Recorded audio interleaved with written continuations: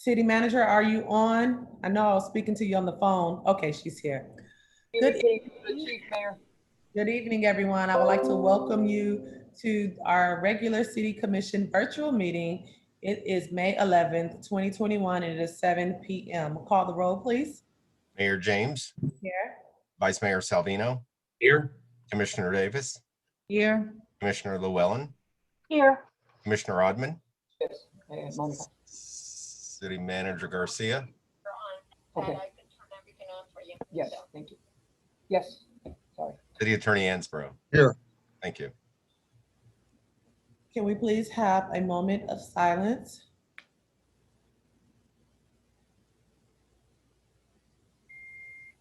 Thank you. And can you please stand for the pledge? I pledge allegiance to the flag of the United States of America And to the republic for which it stands, one nation, under God, indivisible, liberty, liberty, and and justice for all. Thank you. Our first item will be a motion.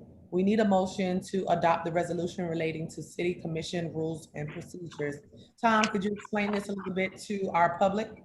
Yes, let me read it for us. It's a resolution of the City Commission of the City of Dania Beach, Florida, amending resolution number 2885 relating to City Commission rules of procedure to authorize virtual public meetings, to authorize virtual attendance at public meetings, and to authorize the city manager to create administrative rules for the health, safety, and welfare of the elected officials, staff persons, and the public, providing for conflicts, further providing for an effective date. We are recommending this to you to be adopted in light of Governor DeSantis's orders last week that precluded the city from regulating businesses and individuals related to COVID measures. This will be adopted in your capacity as a proprietary manner because of the properties that you own and control. So all city buildings, all city facilities, you will continue to be able to require people to wear masks if they come in there, to take temperature checks, and to observe social distancing. We'll also continue the ability to use virtual meetings for the commission until you decide, if you do and when you do, to return to live meetings with the public present. This is in respect to what the governor had just done last week. All right, do we have any discussion or motion in a second, please? Move the item. Move to approve. Second. All in favor? Aye. Anyone opposed? Thank you. Thank you. First, we'll have our annual financial report and audit for the city for fiscal year 2019 and 2020. That will be by our Director of Finance and HCT's Roderick Harvey. Good evening, everybody. Can you hear me okay? Yes. All right. Thank you, Mayor James. Good evening, Mayor, Commissioners, Directors, and all those attending in public. Just going to give you a brief presentation on the city's comprehensive annual financial report for the fiscal year 2019-2020. We also have attending Roderick Harvey. He is the principal at HCT CPA. They are the city's auditors. So I'll run through my presentation and then we'll allow Mr. Harvey to present his findings from the audit, and then we will answer any questions that you have. So I'm going to share my screen.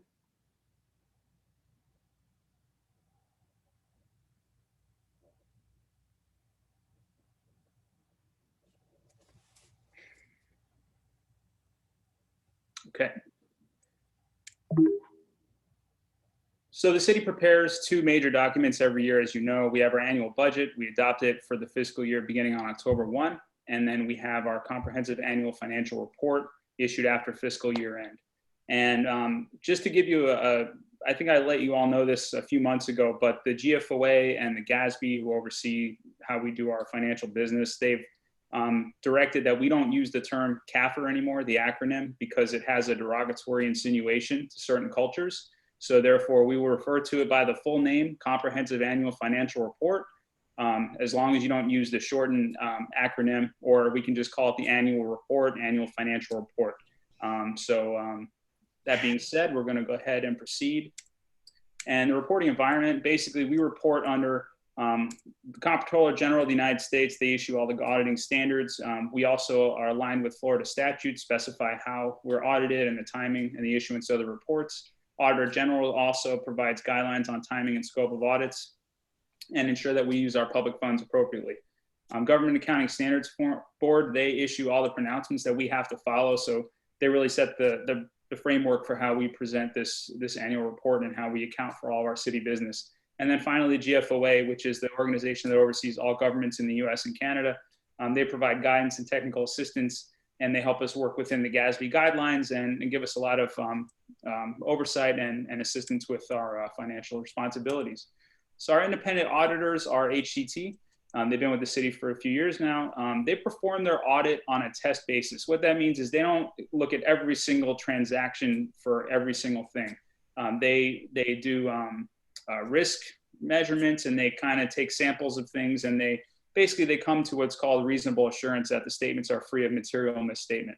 So they can't guarantee you assurance that there are no misstatements, but they can give you reasonable assurance in their professional opinion. They've issued an unqualified opinion that the city's FY 1920 report fairly presents the financial position of the city and complies with the applicable reporting standards. So there's a couple of audit reports that are issued. I'm just going to take you through them briefly so you understand exactly what the outcome is. Internal control over financial reporting and compliance with government auditing standards. So they found that there's no material weaknesses within the city's controls, and there's no instances of non-compliance with laws, regulations, contracts, and grant agreements. They issue a report to management that basically says that they followed the Florida Auditor General rules on independent audits, and the key thing in there is that they did not find any evidence of a financial emergency within the city. You would have known that by now, but it's just one of those things they have to report on. Federal single audit. So since we had received almost $2 million from FEMA this year for the Hurricane Irma disaster, we were required to have a single audit report, and we have complied with all requirements of major federal programs. Florida statutes, we've complied with those as well as far as regarding investment of public funds.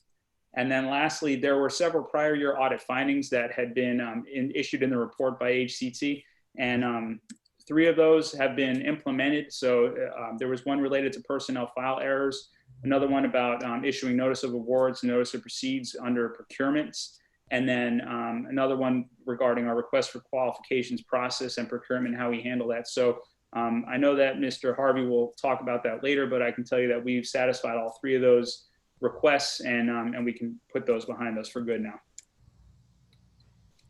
There's several components of the report. There's a narrative portion, there's a financial statement portion, there's other required information, there's the notes which really explain what's going on, and then the statistical section, which is pretty interesting information about the city if you didn't already know some of this stuff.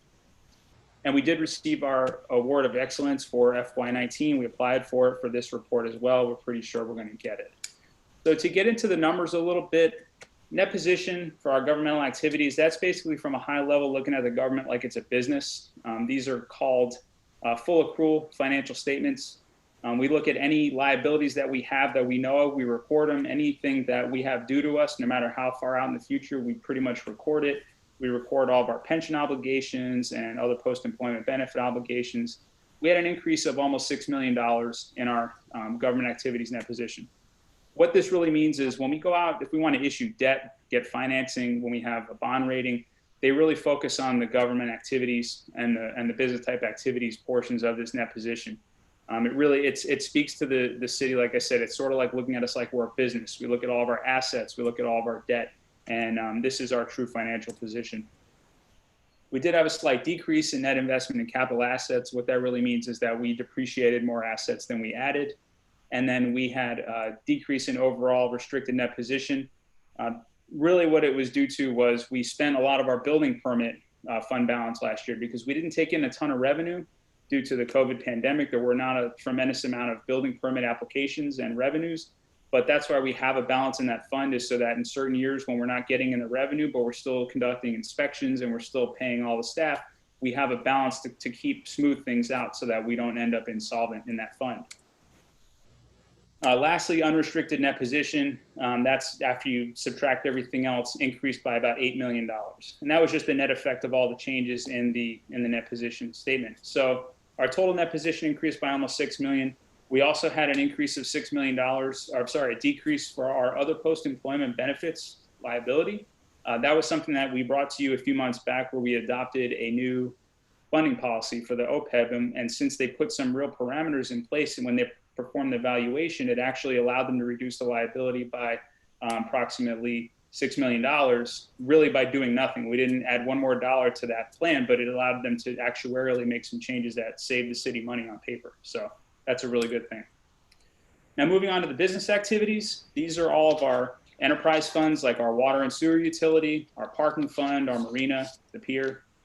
And essentially, we had an overall increase of almost 2.2 million on business type activities. So increase on both governmental and the business type. And other fluctuations that cause decrease in capital assets. And then overall, our restricted net position, meaning our impact fee balances, really didn't change. We did collect a little bit, but not a ton.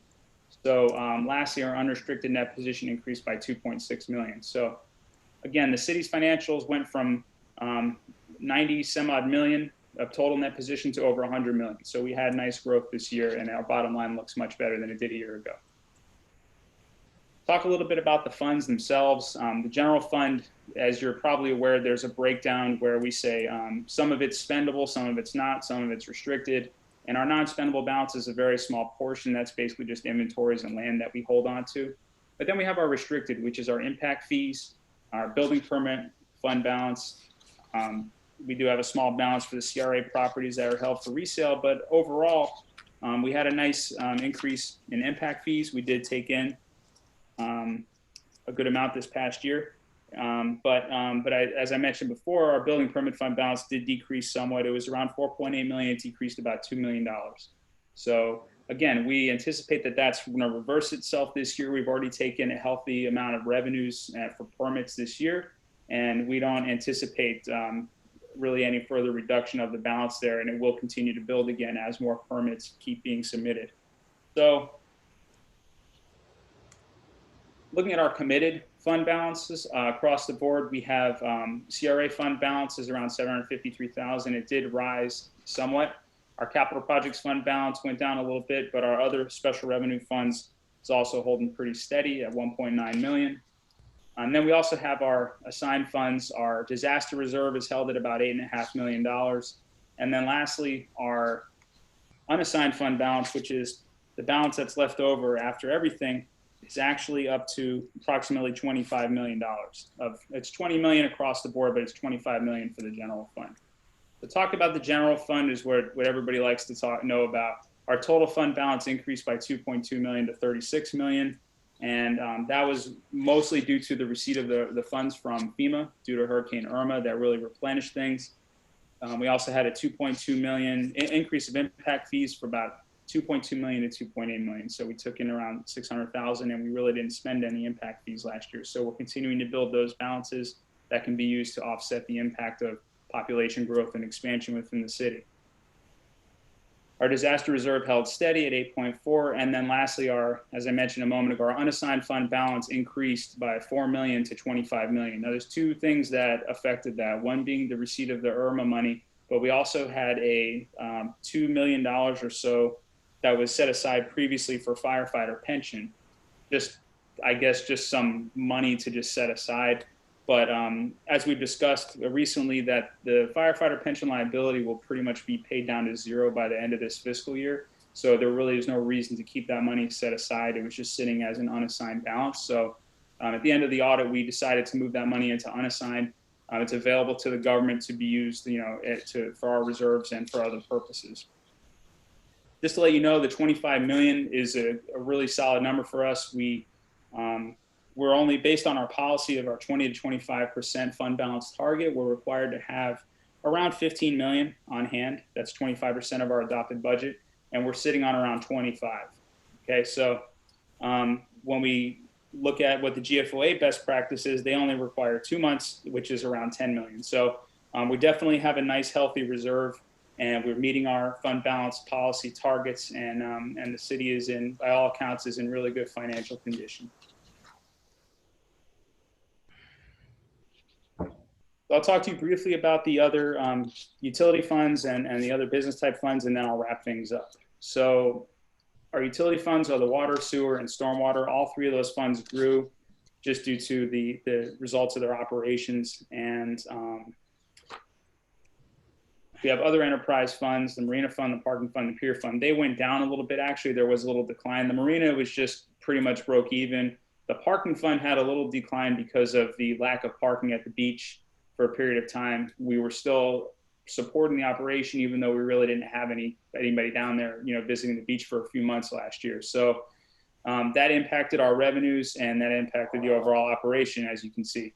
But again, we see that bouncing back already this year. We're on a different course, and we think we're going to end this year as we would have, as we normally would expect. So lastly, the pier fund saw a small decrease, but we also had, again, a little bit of down revenues due to the leasing agreement with the quarterdeck, but we know that they've since turned around operations, and we see, just a more positive outcome from the pier fund going forward. So lastly, just to talk about the economy and other factors in the city, which you should be aware of. Past few years, we had increases in assessed values. We were up 7%, we were up 4.5%. For this current budget year, we're up a little over 3%. And obviously we did not change the millage rate, so we did get a little more revenue. Now for the coming year, we don't know what that's gonna be yet, but I'm pretty sure it's gonna be higher than 3.38%, maybe somewhere in the 6 to 7% range. Residential property market is doing extremely well right now. So any potential decreases in the commercial sector that everybody had anticipated because of COVID, because as you know, a lot of businesses decided to break their leases and work from home, and there was a concern that was going to impact commercial property values. That still could be the case, but for right now, everything is being floated by residential property market. So we're really in good shape right now, and we expect this trend to continue. If you see what's going on in the news, it's not going to change. A lot of people are coming to South Florida right now, and demand is very high. Licenses and permits, as we mentioned, there was a decline in revenue, but we do see a rebound in permit activity already this year, and things are looking up again in that area. We have a lot of permits on file. We have a lot of big projects going on. I mentioned briefly before about the pension. Police and fire pension liability went down to just over 12 million. It's almost 84% funded. That plan was actually only 56% funded just in 2014. So that is there's not a lot of legacy pension plans in the state that are over 80%, let alone being almost knocking on the door of being fully funded. It's quite remarkable actually, and it looks really good for the city. Again, as I mentioned, our overall financial position when we look towards financing our bond issue in the future, this is one of the things they look at. How are the pensions doing? And right now they're doing phenomenal. General employees pension liability is also down to 4 million. 85% funded. So that one will be at 90% before we know it. And again, we just have to stay the course with what we're doing and just keep funding it as it needs to be funded by the actuaries. Our OPEB liability, which is other post-employment benefits, I mentioned before, we had a pretty significant decrease in that liability just due to actually establishing actuarial assumptions for how they do the valuation. So again, another great thing, and we have a funding plan in place, and that should get paid down as well over the next 10 years.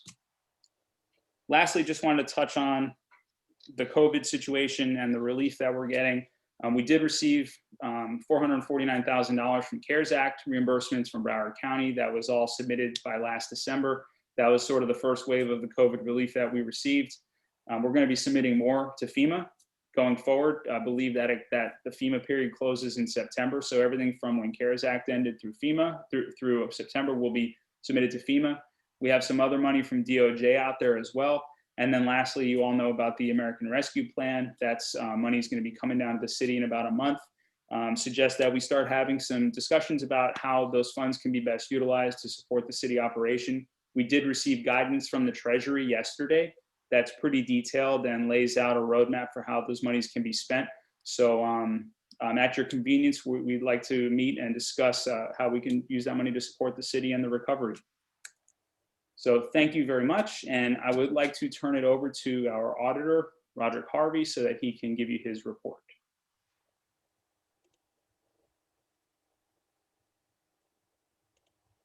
Mr. Harvey? Yes, good day, Mayor, Vice Mayor, Commissioner, City Manager, City Clerk, City Attorney. Hello to you.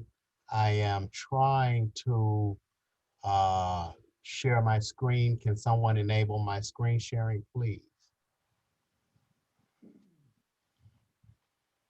You Good to should be see you good. again, You should be Mr. good. Hart.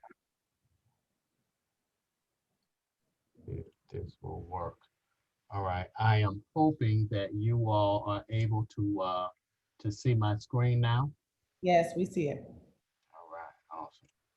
Let me see what's happening here. Give me 1 second. Okay, very well. All right. Again, my name is Roderick Harvey with HCT. We will be going through the auditor's presentation for the year ended September 30, 2020. Thank you for that, Frank. He gave a lot more detail. We'll be doing some higher level discussions. Again, we have performed our audit in accordance with our engagement letter, which was dated December 18th. We issued an unmodified or clean opinion with our audit report for the period ended September 30, 2020. The audit results and certain required communications, we will go over those today. We will review our supplemental slides and also talk about various responsibilities. The scope of our audit included auditing the audit for the city for the period ended September 30, 2020. We performed our audit in accordance with generally accepted auditing standards and also GAS and also the Comptroller General. There were no changes to our audit plan. We issued several reports: the independent auditor's report, the report on internal control, the report on findings and question cost, also our independent auditor's report on compliance with the requirement of section 218.41 Florida statutes, and then finally our management letter in accordance with the rules of the Auditor General. One matter to note is there was a reclassification that happened, which required us to dual date our report, and all significant accounting policies are detailed in note number 1. There were no new accounting policies as it relates to significant risk. We noted those as management override and revenue recognition, and we noted no accounting pronouncements, new accounting pronouncements for 2020. Uncorrected misstatements, we have none to report. Corrected misstatements, those misstatements noted, the entries were made and were posted. Again, we issued our report for the period ended, and we dual dated our report. Significant deficiencies, we'll talk about those. There were no significant findings as relates to related party. And of course, our responsibility is to audit and to report to you our findings. I will leave this slide. This slide is several of our required communications. As you look over the slide, you can see the various areas that we are required to report to you. And you notice that all of the areas we have no matters to report, from illegal acts to going concern to any other findings.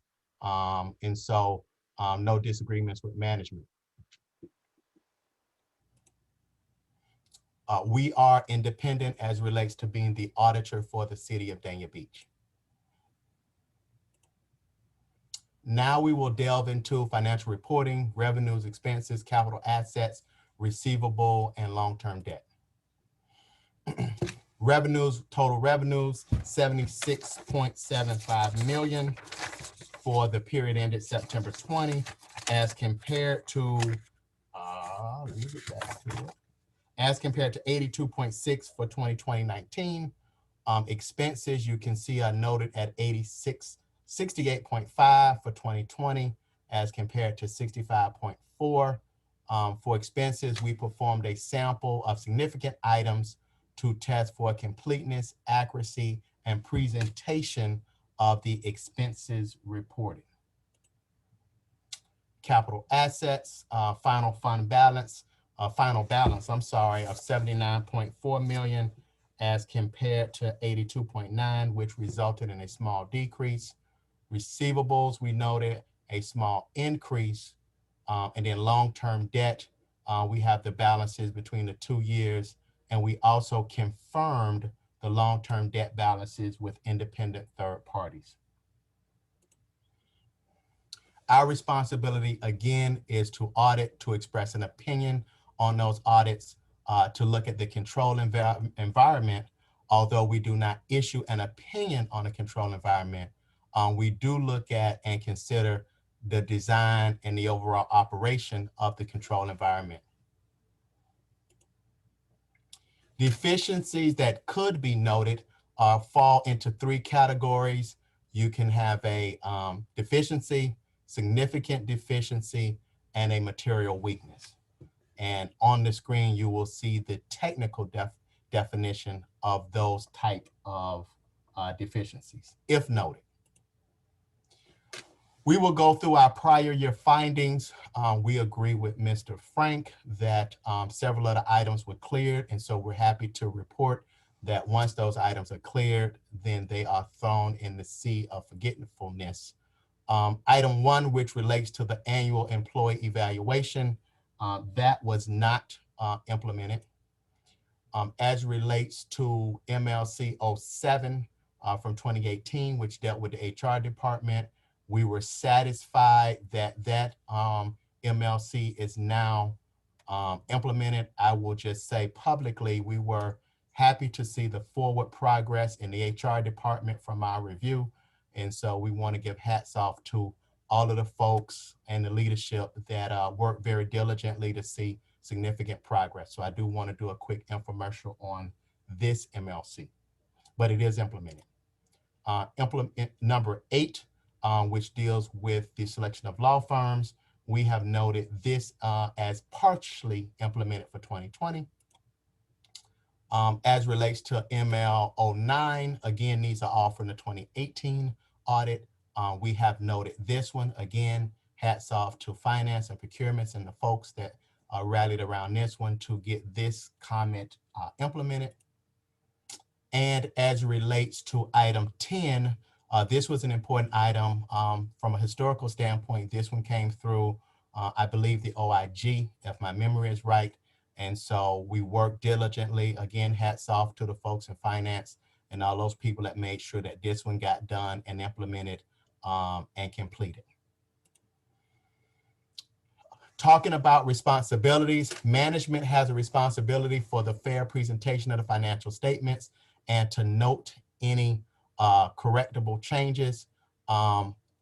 Management also has a responsibility to provide all access to the auditor, any additional requests to give us unrestricted access and to assist us in confirming.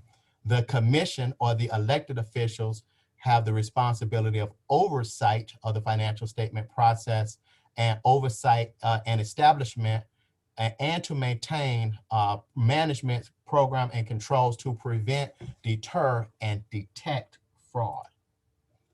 Our objectives, again, is to issue an audit opinion, also to perform our audit in accordance with GAS, and to report any of those matters to the appropriate management or elected officials. Again, this is a slide that gives more detail on our responsibilities as relates. My notes to all of my elected and appointed officials is that we have a duty to communicate with you if we know of any malfeasance or fraud of those type of issues. Again, thank you for your time.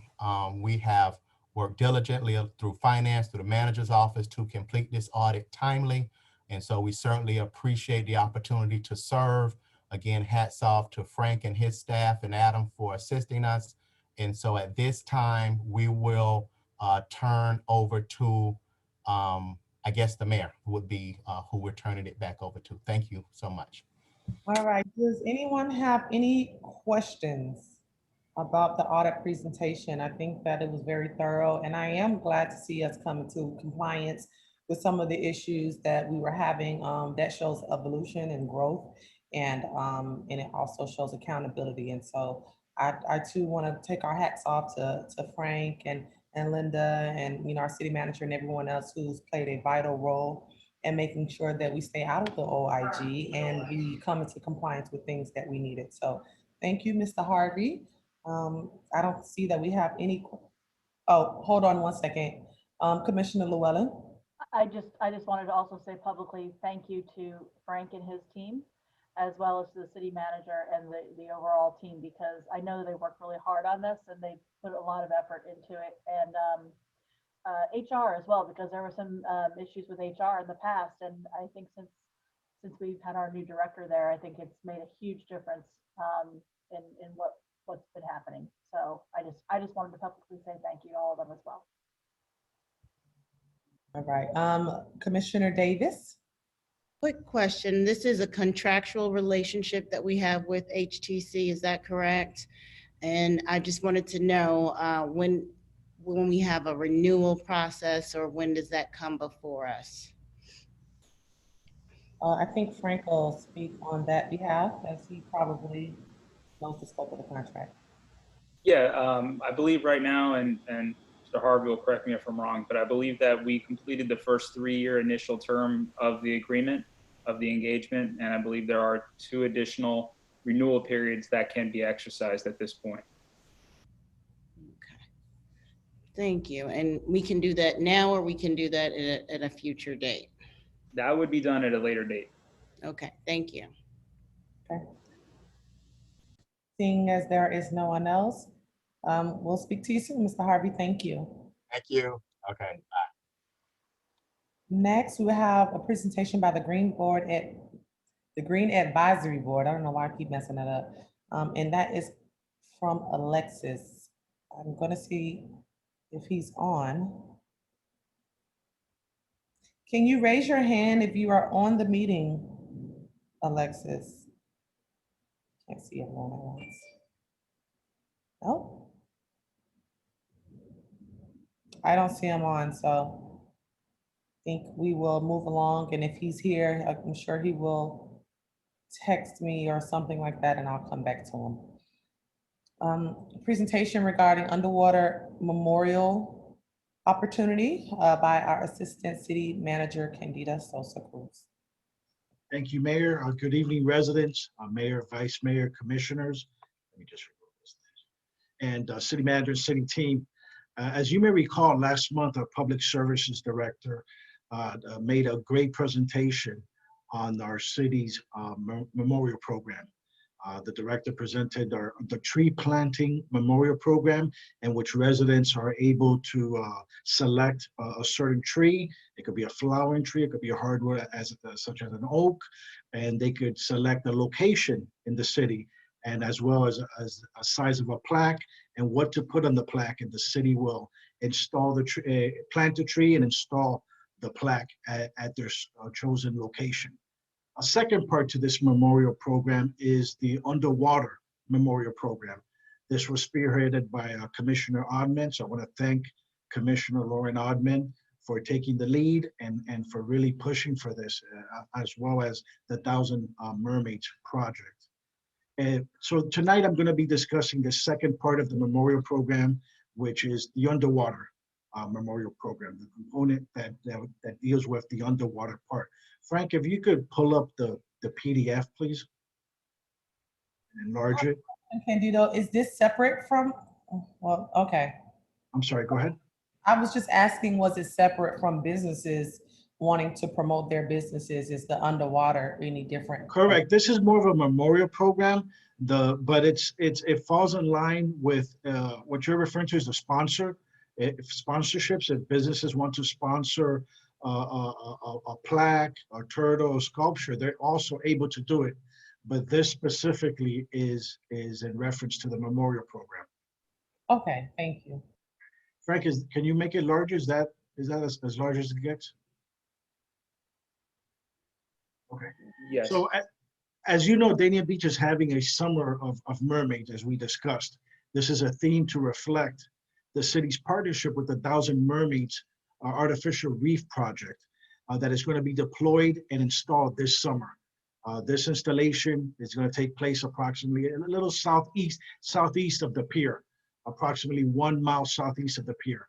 And this project will bring an artistic and an artificial reef that will be Broward County's first mermaid reef, and we're very proud of that. The project serves as an underwater eco-friendly destination for tourism, for research, and for marine restoration.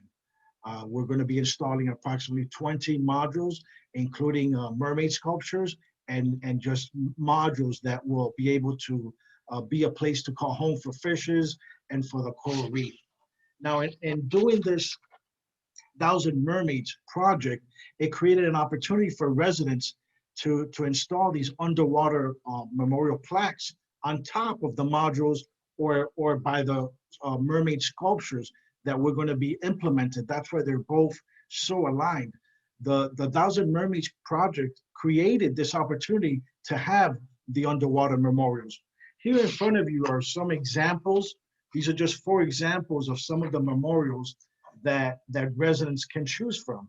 You could do a sea turtle with a name, with a saying. You could do a sand dollar, again, which is a 16-inch diameter. You could have your name, you could have a design, you could have an engraving, or you could have the 5x7 plaque, again, as a memorial underwater to go along with our mermaid sculptures and the modules. These are some price points, and I want to emphasize that these are just 4 examples that have been used and done before. But the companies that we partner with Thousand Mermaids and Ocean Rescue Alliance could do any custom memorial that a resident might have in mind or might have a vision for.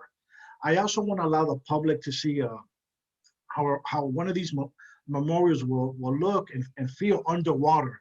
So there's a video, a short video, it's about 1.5 minutes that I would like to play so you can get a better understanding of how these underwater memorials look and feel. Frank, are you able to play the video, please? Yeah, give me one moment. Thank you. While he's playing the video, I guess I have a question. Yes, Are the price points the same? Are they consistent, the memorial plaques and turtles with the ones that we have for our businesses? I don't have the other. So again, these are just examples that businesses could also use, but what the request could be anything. It doesn't have to be a turtle, it doesn't have to be a circle. It could be a completely different plaque, and the company, Thousand Mermaid, would let them know how much it would cost and when it could be installed. I'm asking, is the price consistent with the memorial program? Is that consistent with the Thousand Mermaids program that we're Yes, looking? it's the same program, Mayor. Oh, okay. It's the same company installing the same plaques. One is for sponsorships, No. the second one is for memorials. But Candido, can you clarify? This isn't the same program. This is a No. program that is the Dania Beach Memorial Program. Right Correct. now, it includes the tree program, the underwater component, and we're hoping to eventually include things from the park, such as benches and bricks and things like that. So is it similar to answer the mayor's question? And Candido, correct me if I've left anything out. Are the price points going to be similar? Yes. Can everything be customized for the business portion of it? Yes. But is the rollout and the program going to be completely separate? Yes. Hopefully it's going to be something that falls under the Chamber of Commerce. At this time, I don't really know the status of that, but it's completely separate. On the website, the Dania Beach website, I don't see it now, but hopefully it'll be there soon. You would type in Dania Beach Memorials, and it would take you to a page that shows you what the options are if you want to memorialize or celebrate a loved one, or a tribute to a loved one, or celebrate an anniversary, something like that. And it'll have everything that we have on the 2 parts of the program. Correct. Okay, And ask that because if it's cheaper to put your loved one on the Thousand Mermaids underwater statues or sculptures or whatever they're called, I just want the price to make sense and be consistent, because people probably would do more of the other program if ours is not the same price point, or if the pricing, Mayor, is consistent because it's the cost of the plaque, the cost of the installation. So the price points are going to be very similar. One is not going to be more expensive than the other. Okay. Just as the commissioner stated, it's two different programs.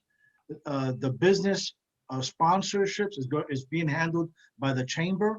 This is more aligned with this overall umbrella of the city memorial program. The first part was the tree planting memorial, and this one specifically is the underwater memorial. And with the video, you'll get a better feel for what we're actually talking about. And we created already a web page on our website, and that's the daniabeachfl.gov/mermaids to start letting the public know about both programs. So Frank, if you're ready to run the video, if we could do that, please. Thank you for the clarification. I Oh, you're understand. welcome, Mayor. And if you could, yeah, perfect, enlarge it.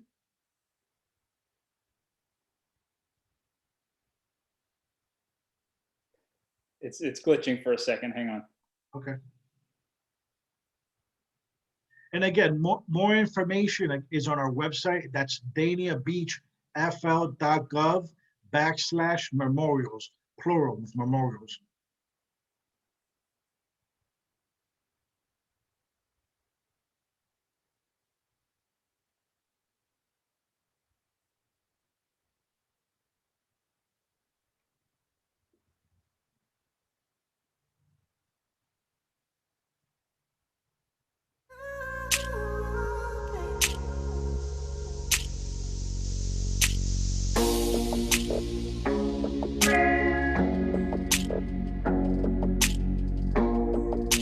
And these are some of the memorials. Fertile, you see the plaques, yes, the sculpture, they can be installed on the modules.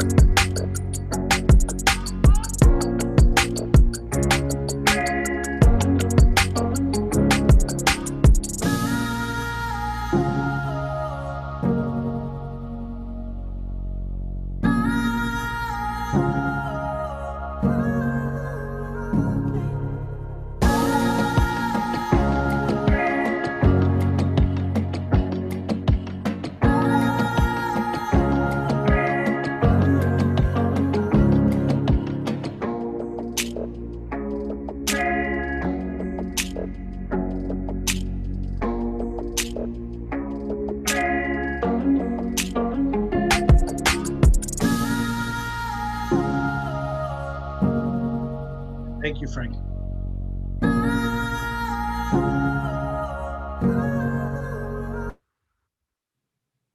Okay, again, this is a new initiative. This is another benefit that the residents get to enjoy, have the opportunity to be part of. We rolled out the tree planting memorial, and this is the underwater memorial. Are there any questions from anyone? No, I think, oh, yes, we do have questions, comments. Vice Mayor Salvino? Thank you, Mayor. I just have one quick question. As you know, being underwater for so long, they will start getting algae and stuff on it. Is there a maintenance program that goes along with that, or is that something we take care of, or are people volunteer to do it? No, the Thousand Mermaids, the company, they go down there, they make sure that, you know, with the hurricanes, with the storms, everything is still in place, everything is still looking the way it's supposed to. But part of the environment underwater is to leave it natural, is for there to be growth, for fishes to swim, to fishes to eat off it. And remember, the main purpose is to create this artificial reef to sustain a habitat underwater. I just meant that, you know, when people put their names out there, the point is that it gets covered up. It's not serving the purpose. I mean, I can see putting it on there and keeping the reef all natural and all the smaller things on there. Just, you know, you have the nameplate there, you don't want it to go away. If you're spending that kind of money to have people memorize it, memorialize it. Just to clarify what you're saying, Vice Mayor. So actually the goal is eventually for the names to be covered. They become part of the environment themselves. And it becomes food, it becomes part of the ecosystem, it becomes part of what helps with the reproductive cycles of the fish down there. So eventually, over several years, the names will be covered, but all that information will be on there, and people will know and understand what they're getting. And for those who, are into to marine life, that part, that spiritual sort of cycle of life part will appeal to them. And to add to that, thank you, Commissioner, the same way that people go to a cemetery to visit, to see a plot, and they clean it. I know from Stacy, she's also mentioned that when the divers go down, it's the same thing. They clean their memorial, they maintain it, they go check up on it in a similar way that you would go to a cemetery and ensure that there's fresh flowers, that it's clean. You brush off any kind of debris that's on the plot. It's the same concept. Okay, thank you. Thank you, Vice Mayor. I think I saw Commissioner Davis's hand. Yes, I just want to make sure that I'm clear on the differences between the Chamber of Commerce program and the Memorial program, because to me, from what it sounds like, is that it's the exact same merchandise options at the same price point options, with your ability to be able to customize both programs in a different way. It's just that one is being run under the Chamber of Commerce and one is being run by the city under the Memorial program. Is that the major difference? I want to make sure that I'm clear on how these two are separate. No, there are two different programs. One is the Chamber is promoting the program to have sponsors for your business. If you wanted to have some kind of plaque or pretty much anything, like you could use the sea turtle, for example, and have your business name. That's one program. And then the Memorial has nothing to do with businesses. It has to do with loved ones. We gave 4 examples because that's what people have used before, and it was easy to explain. But really, what most people are going to do is they're going to do their own memorial, however they want it to be. In the video, or you'll see there's a real a sculpture of a person, and that's a memorial that someone paid for because that's what they wanted to be underwater. So it all depends on what you want for your loved one and to memorialize your loved one. But the options for the merchandise is the same in both. It could be, or you could create your own. Okay. When you say you can create your own, are you talking about the commission? No. The resident have a design of their own. Have a vision. So I heard Commissioner Davis asking, it sounded like you're saying you could create your own price point. Or No. is the prices are what they are unless they are customized? Correct. So therefore they would have a custom price. So if I wanted I'm so sorry, can I just? Oh, go ahead. If I wanted a turtle for my business and I wanted to put my business name on the turtle, right? That goes under there and I'm promoting my business. If I had a loved one who died and I want a turtle from my grandmother, I put I put whatever I want on there. So that's what I'm saying. It's basically the same options unless I want to customize it, but under a different category.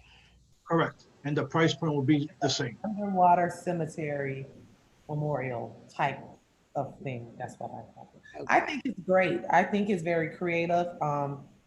Kudos from taking just the tree memorial and making something more creative of it and being one of the first, if not the first. Well, I know they have some underwater cemeteries, but this for our memorial program, I think it's going to be very beneficial. And I think that we're going to have a lot of people. There are a lot of people that love the water and the ocean. So I think that we're going to see a good return on this. So thank you. Thank you, Mayor. And thank you, Commissioner Odman. Special event request from Mr. Leroy Green to have a fruit and vegetable stand every Friday and Saturday, beginning at May 14th to May 13th. May 14th, 2021 to May 13th, 2022, located at Northwest First Street entrance of the Dania Beach Patch, 9 o'clock from 5 o'clock to 5 o'clock. Community development. To my understanding, they have worked with the CRA in order to facilitate a location for the vegetable patch to be right there. Is that right? Hi, good evening, Mayor, Vice Mayor, Commissioners, and City Manager. Unfortunately, I'm having to withdraw this application from the agenda this evening. We received notice midday yesterday that the CRA is rescinding their approval, allowing Mr. Green to utilize the vacant area at the patch. So staff is currently working with the applicant to find an alternate location, and we will bring it back to you at that time. Thank you. That is unfortunate, and I wish we would have known before we got to this meeting. I see we have some hands raised. Commissioner Llewellyn? Yes, thank you, Mayor.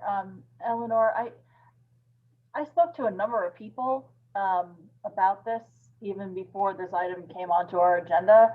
And I know there were a number of churches in particular in the neighborhood who reached out and were interested in working with him on this. Is that still something that's viable?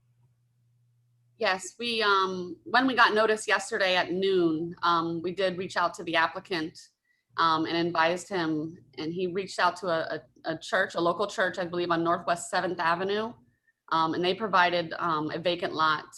So he quickly revised an application and it's being routed to all the departments. However, I have not received all the comments back and able to present that to you at this time. Okay, I'm glad to hear that, because I know there were lots of people jumping to his aid, and I want to make sure that that's still something that's in the works. So good, I'm glad to hear that. Thank you. Vice Mayor? Yes, thank you, Mayor. I'm just confused. I thought the city owned, we discussed it before. I thought the city owned the property that patches on. You're very jumbled. You're very jumbled. I don't think any of us heard anything you said. Can you hear me? Okay, start now, yes. All right. I'm just confused. I thought the city owned that property. That's why we discussed using it before, where the patch is at. It's owned by the CRA. The property is actually in the city of Dania Beach's name. There's an agreement, I think Tom can answer this, between the CRA and the city, allowing them to utilize that area. So they have control over that property. The CRA does completely, city has nothing to do with it. Well, the city owns it and has an agreement with the CRA to utilize it. Tom, can you jump in and provide legal clarification? I have not. You're muted. The agreement is, I have not seen that agreement that they're talking about. I've made the opinion that, and we confirmed that the title to the property is owned by the city. The property years ago was given to the city by somebody under a code compliance case, and it was a city property, and the city in turn devoted it to their use. I'm not sure there's an agreement, but maybe Eleanor has seen it. I have not seen that. So no one brought that to my attention. I've never seen or heard of an agreement between the two parties. I'm not trying to start an argument or anything. It seemed like selling vegetables next to the patch would have been an ideal situation. I'm just surprised that it got turned away. But I'll let you guys handle it from the internal, but that was just my opinion. Thank you. I think that the reason it was probably turned away is because the patch sells similar items. And when when it was suggested last week, 2 weeks ago, I thought that they may have an issue with, I don't know where the patch sales are, or I know it's not going through the roof or anything like that. But if you have a business and then you have somebody stationed right in front of that business selling similar products, I thought that would be kind of a conflict. There is a church though on Northwest First Street, I think what Eleanor was speaking about. And we have been in contact with them, and they have said that they were going to allow it. So I'm okay with it there. I just thought that the patch, I didn't know the patch was back into selling stuff because I've been buying and I haven't seen them selling much lately. So, but whatever, that's fine. As long as you find the place, that's good. Okay. So are you looking, all right, so we're not voting on this right now, and you're gonna bring it back, correct? Right. All right, thank you. Yeah. We're gonna go to proclamations. Our first proclamation is for Mental Awareness Month. Whereas mental illness are biologically based medical problems that disrupts a person's daily functioning. Just as high blood pressure is a disorder of the heart and diabetes is a disorder of the pancreas, mental illness are brain disorders. Untreated, these conditions can lead to severe disturbances in thinking, feeling, behavior, or mood, resulting in substantially in a diminished capacity for dealing with the ordinary demands of life. And whereas approximately 1 in 5 adults will be diagnosed with a mental illness in their life, and only 1 out of 2 people with a serious form of mental illness will seek treatment, stigma and fear of discrimination over the condition prevents many who would benefit from mental health services from seeking help. And whereas research shows that the most effective way to reduce the stigma is throughout personal contact with someone with a mental illness. Good mental health is critical to the well-being of our families, communities, schools, and businesses. People with mental illness make significant contributions to our families and communities and recover if given the necessary services and support in their communities. And whereas the mission of the National Alliance on Mental Illness of Broward County is to promote greater public awareness about mental illness in order to change negative attitudes, behaviors, and stigma toward mental illnesses, and to improve the quality of life for all individuals affected by the disease. NAMI Broward provide educational and support to programs to the community to help over 3,500 people with mental illness and their families in our community each year.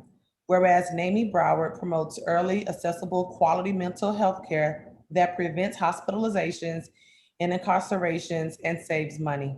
NAMI Broward advocates for improved health care, housing, criminal justice, rehabilitation, and meaningful job opportunities for people with mental illness, and supports public education programs designed to help eliminate the pervasive stigma surrounding severe mental illness. And whereas NAMI Broward County observes the month of May as Mental Health Awareness Month to raise awareness of mental health, to encourage those living with mental illness to seek help, and to be uplifted by its message, "You are not alone." Now, therefore, on behalf of the Dania Beach City Commission, I, Tamara James, Mayor of the Dania Beach City Commission of City of Dania Beach, Florida, do hereby proclaim May 2021 as Mental Health Awareness Month in the City of Dania Beach, and urge all citizens in our community to commit to increasing awareness and understanding of mental illness,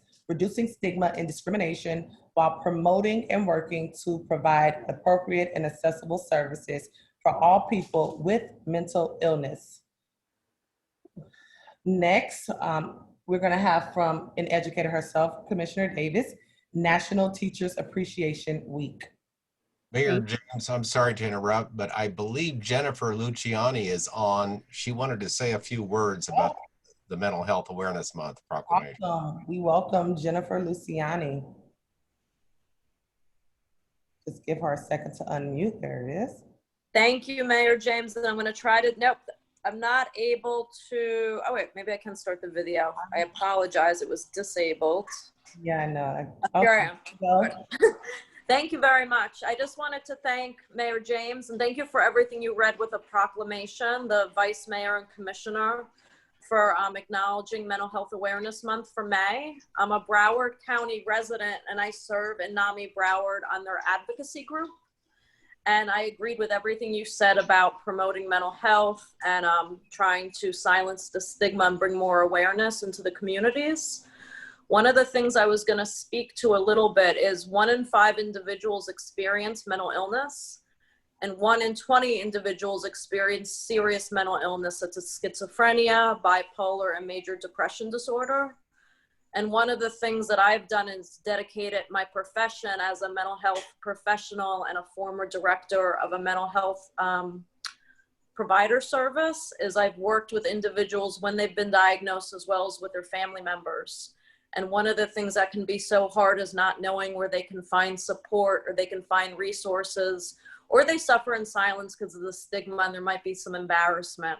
So we work very hard in providing resources and support to the community at no cost. One of the things that's been really great this past year is everything's been offered virtual. So if they were to go to the NAMI Broward website, they also have a great Facebook social media page. You can get a weekly email, and there's a variety of meetings offered. There's ones for family members who may have a loved one living with a mental illness. There's ones for peers, young adults, and as well as some supports that are for Spanish-speaking residents in the community. We've also been working in the school system with middle and high schoolers. It's called Ending the Silence, and it provides some facts and resources. And I know next summer in the United States, we'll be having 988, which is the mental health crisis and suicide prevention hotline. In Broward County, that'll be linked to Broward 211. We're also working in Broward County right now for the Stepping Up Initiative, which is a jail diversion program to help individuals access more mental health treatment and spend less time or no time in the prisons. So I just really wanted to thank everyone for acknowledging this needed month. We need to celebrate this 365 days of a year. So just thank you very much, Dania Beach, for your acknowledgement. Thank you for your work, Jennifer, and what you are doing for, you know, the mental awareness. I know that there are a lot of students that are suffering in silence, and that has had so many different things change, where the schools were their safe haven and now they're home in unfortunate circumstances, and it's affecting a lot of our youth. So I really hope that the school board has something in place and implemented in order to help the students who are afraid and ashamed of saying things, because, you know, mental illness is taboo in certain communities, and it's something that we definitely need to pay closer attention to it. So thank you so much. Thank you very much. Go ahead, Commissioner Davis.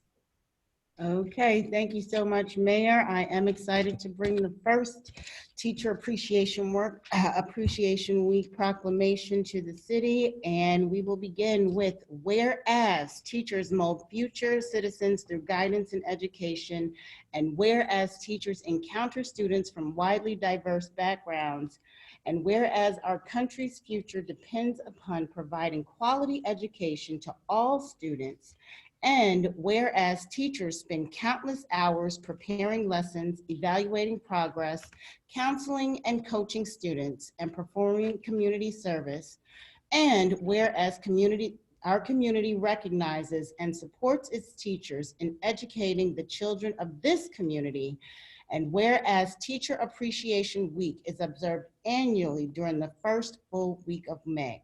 Now, therefore, on the behalf of the city of Dania Beach, the mayor, Tamara James of the city of Dania Beach, does hereby proclaim May 4th as National Teacher Appreciation Day, and May 2nd through May 8th, 2021 as National Teacher Appreciation Week in the city of Dania Beach, and strongly encourage all members of our community to join with me in personally expressing appreciation to our teachers for their dedication and devotion to their work.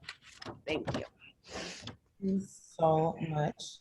Next, we will have National Safe Boating Week. See if I can pull that up really fast. All right.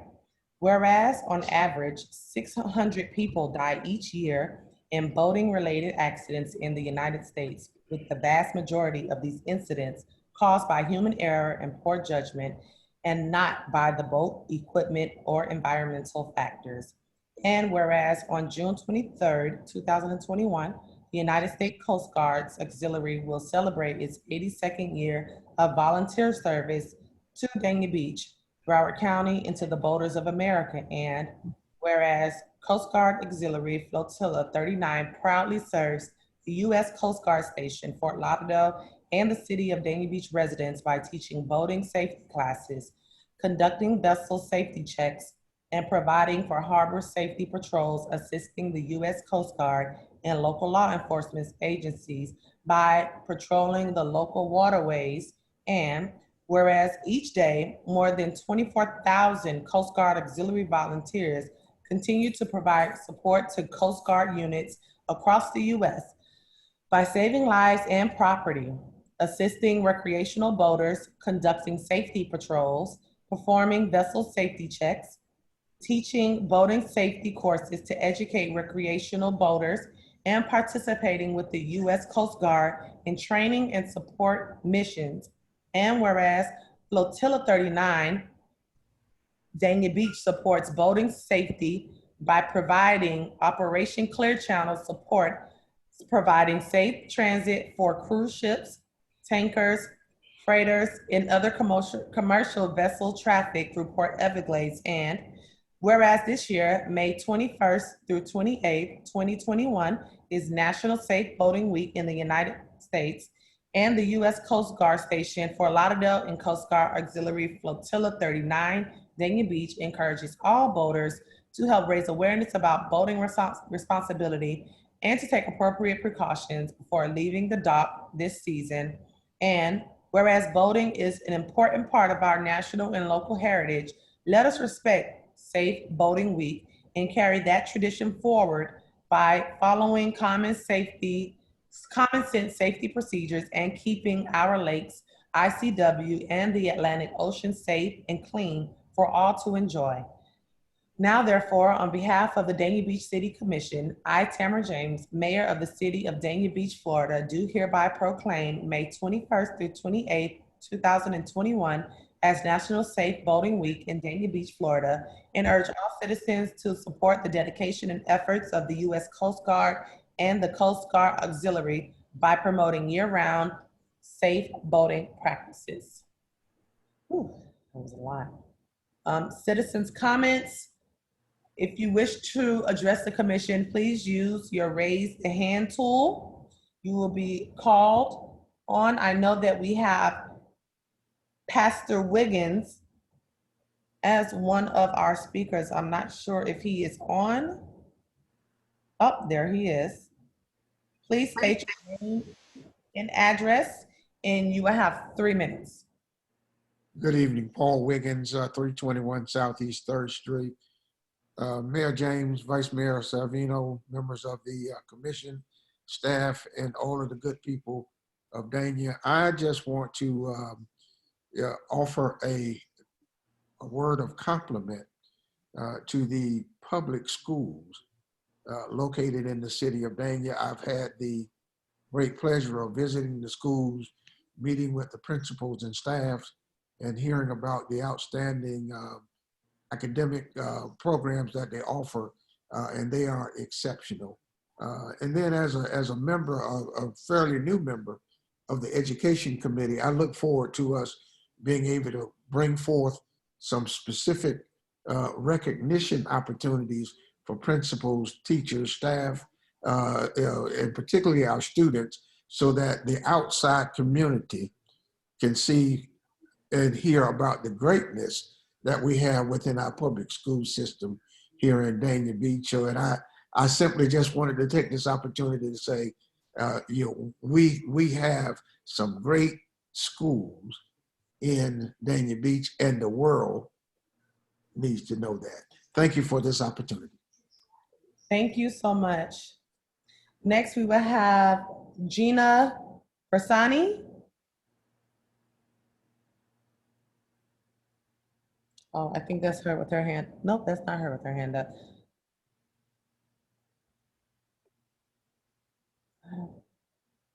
Monica, do you know if that person is on? I don't see her hand raised, or I don't see person on, but I will go with Ferdinand. Hello, can you hear me? Yes, give me 1 second so we can. Hi, my name is Ferdinand. I reside in Hollywood, and I just had a question Your full because name, address. Something life-changing. Wait, excuse Ferdinand. I need your full name and your address just for the record. My full name, hold on, wait. My full name is Ferdinand. My address is 1911 Roosevelt Street, Hollywood, Florida, 33020. Okay, go ahead. I'm here today in this meeting because my nephew died in Dania at the park. He got hit by a car. So my question was to everyone is, what is the city doing to protect the children? Because by the park, there's no speed bumps, there's no pedestrian walks, and there's no proper signage to notify the drivers that a park is nearby. And I feel like if it wasn't him, it would have been someone else. Oh, okay. Well, I am so sorry for your loss. And I want you to know, as soon as that happened, I've been in communication with the city of Hollywood and our city manager to come to a joint effort. And we were going to address this today in the city manager's report, but we can kind of address it now. We have a moratorium. The commissioner of Hollywood as well, she stopped by the memorial that the Dania took down, and I felt like that was disrespectful. They took down the little piece that we had left of him. They just took it down. Like, I feel like they could have went about it a different way. They could have at least tried to reach out to the parents or the family members. They took down the memorial, and I just felt like that was disrespectful. And the commissioner of Hollywood did stop by the memorial, and she did say how they was trying to compromise with getting the speed bumps, but it was Dania. So that's why, and I hear what you're saying. Okay, let me explain to you. One half of the please. street is Dania Beach. The other half of that street is Hollywood. It's Hollywood. Yes, I'm aware of that. Okay, so if we were to put speed humps on the street, we would want it to be consistent on both sides of the street at the same point.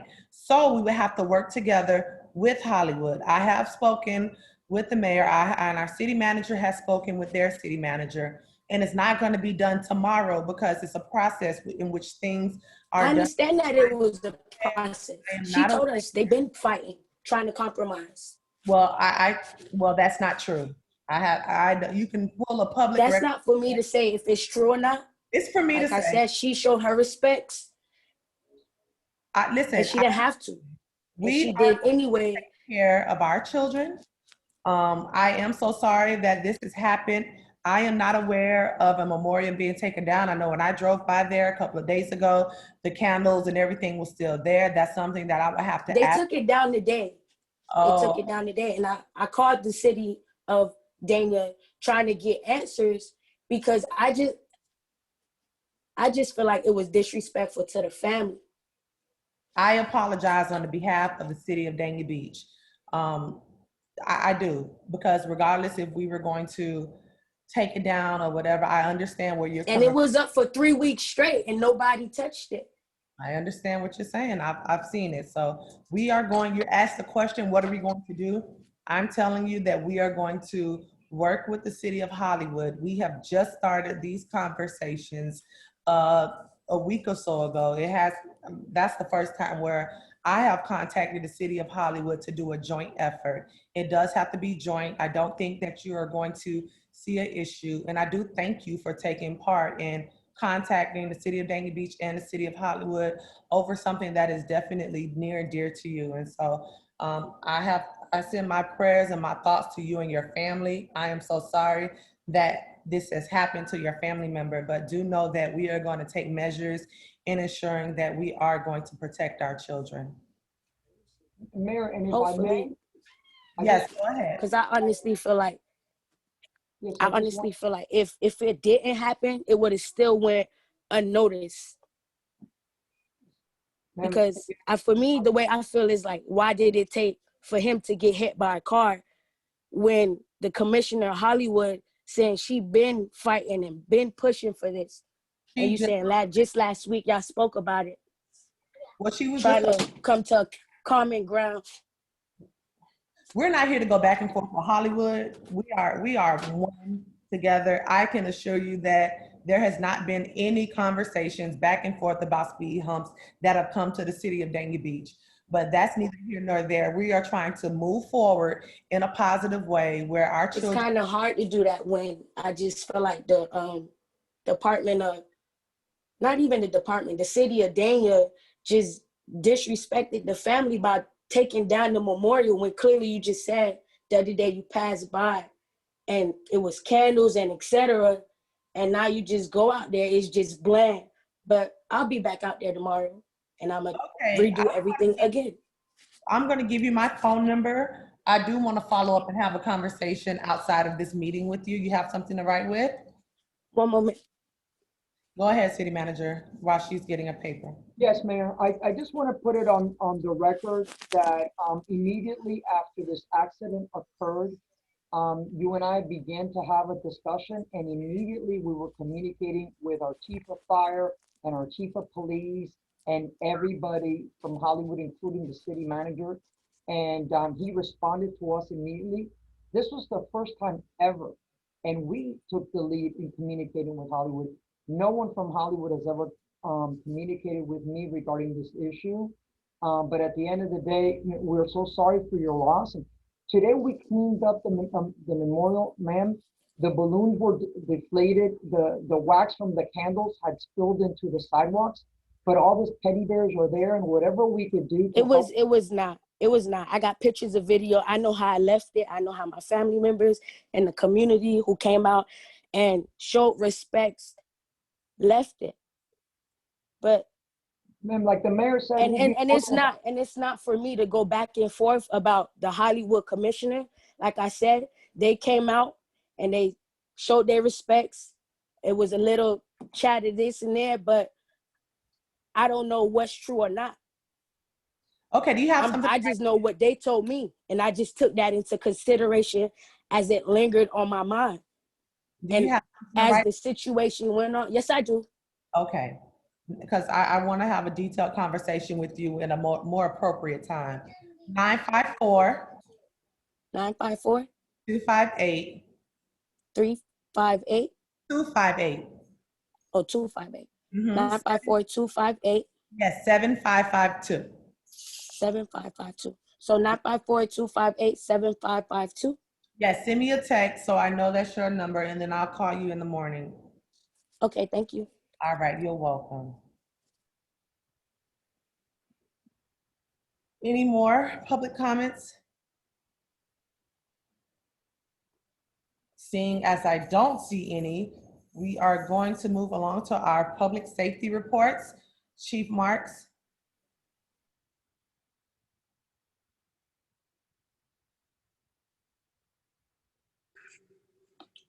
Good evening, Mayor, Vice Mayor, Commissioners. Good evening.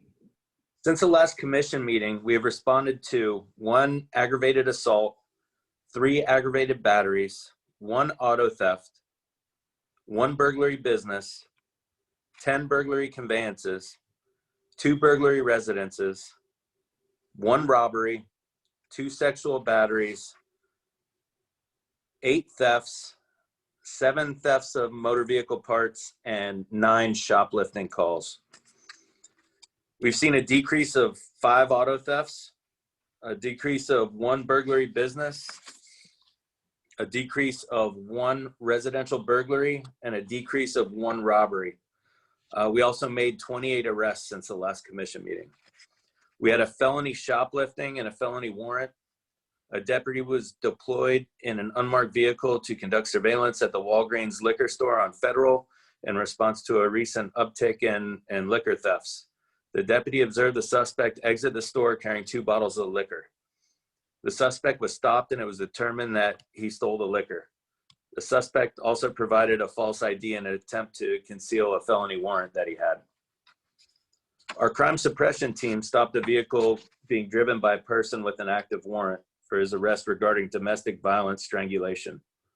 The subject was learned to have an active restraining order against him as well. During the investigation, a Taurus revolver firearm was located. The subject did not have a concealed carry permit, and he was restrained from owning a firearm, so he was arrested for his warrant and the concealed firearm. Within the last 2 weeks, our criminal investigations unit had the following notable arrests. A burglary residence where a suspect went over to the victim's house after a disagreement. The suspect pulled the barricaded door off the hinges and entered the home. The victim observed the suspect also spray mace inside the home. We had a grand theft where a suspect defrauded the victim after he paid him $1,200 in cash to purchase furniture from Bayers. The suspect was an employee at the furniture store. However, he personally benefited by receiving and pocketing the money instead of placing the order. We had a criminal mischief at the Red Carpet Inn where a subject got upset due to the hotel not wanting to extend his stay.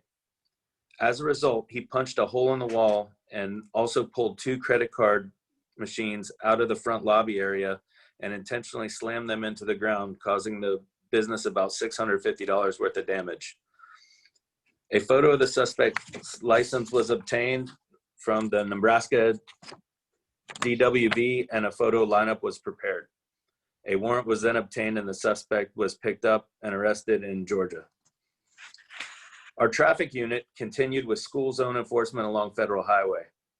We maintained a presence during the morning hours along Southeast 5th Avenue and also met with a few residents while they were out for morning walks. They were appreciative of the additional presence. The speed trailer was placed on Southwest 12th Ave due to a speeding complaint. We have not seen many violations in the morning hours. Our motor unit also spent a few days on Southwest 53rd Court and met with a resident at Park Road and Southwest 53rd Court. The resident claimed most of the violations were occurring during the evening hours. We also utilized the aggressive driving grant to conduct enforcement along Griffin Road and Federal Highway on April 30th, where we issued a total of 37 citations. Our homeless outreach deputies continued coordinating with the COSAC Foundation in an effort to move a chronic homeless female to their facility in Lake City and oversee the proper paperwork to be completed. Homeless outreach also are currently assisting another wheelchair-bound chronic homeless male with admission to the residence at Dania Beach ALF with the assistance of Adult Protective Services for case management and transport. They're continuing with checks of the main corridors and intersections, which is keeping the loitering and panhandling to a minimum. We participated in a conference call with the city of Dania Beach to discuss a possible Tri-City Homeless Task Force. We received a Crime Stoppers tip regarding a homeless subject in the woods by the Tri-Rail station. Contact was made with the subject, resulting in us contacting his brother in Iowa. We are currently in the process of reunification back to his family in Iowa, which tomorrow we are purchasing the plane ticket for him to be reunited. I'm happy to say all but one of our chronic homeless have been vaccinated against the COVID-19. And our neighborhood support unit was able to once again deliver 11 food boxes to residents throughout our city. That completes my report. Thank you, Captain Marks. Anyone have anything to say? Okay. Chief Pelisar, you're next.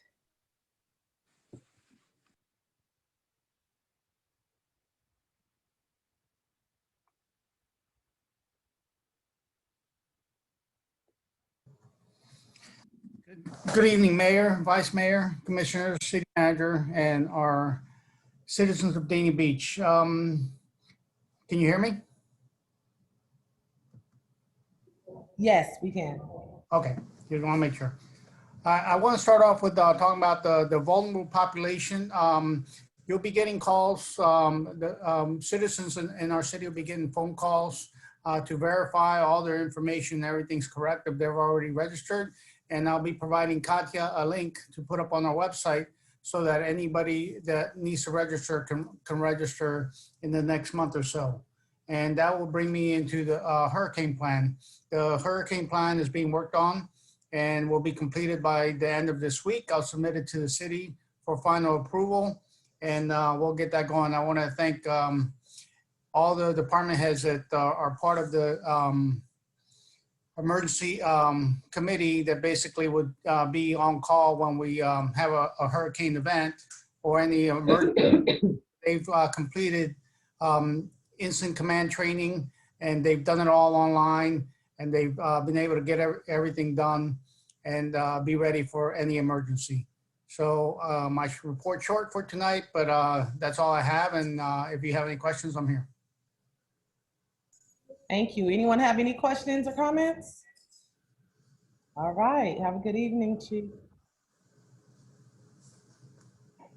Next, we'll move to the consent agenda. Do we have any pulls? Do we have a motion? Move to approve it. Second. All in favor? Aye. Anyone opposed?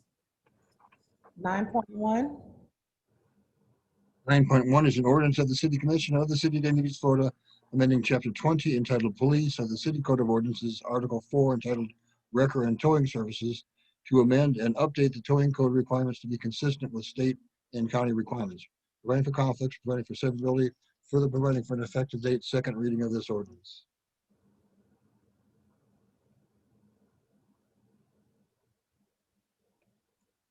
is Corinna someone here to? Oh, there she goes. Are you looking for a summary on this ordinance? I was gonna say, this isn't from the community development. Yeah, this is for the city attorney's office, per the police chief, to update the towing requirements. They haven't been changed for many years. Currently, there's only one towing company authorized under the city ordinance to service calls for towing. This will expand the operations so that any towing company within 10 miles, as per state law, can be summoned to respond. They'll be required to make sure they do clean up accident debris, which has not been happening, and everything will be consistent with both state and county requirements as to a variety of things that are run on a countywide basis, including insurance. So it's to update the towing code. I have a question, Tom. So I heard you say that it hasn't been happening, that the tow companies clean up the debris from accidents. Is there not a way that we can enforce that? Because no matter who we go with, we need to make sure that that is being enforced. That's what this ordinance will do. It will specifically say that you'd be obligated to do that. Okay, awesome. This is a public hearing. Anyone to speak for or against this?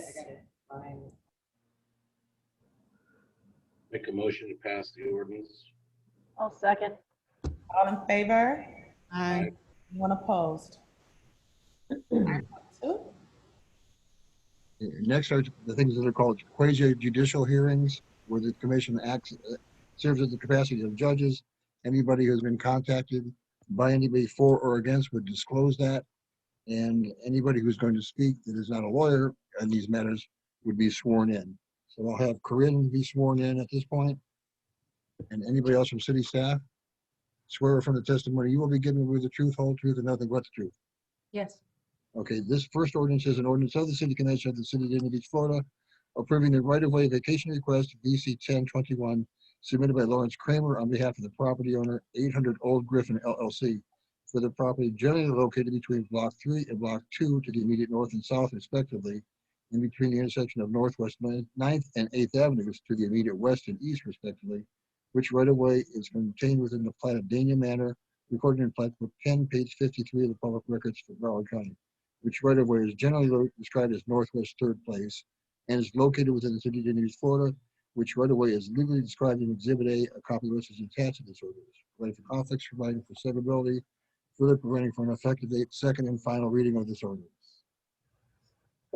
Good evening, Commissioners. This is Corinne LaJoy, Assistant Director in Community Development.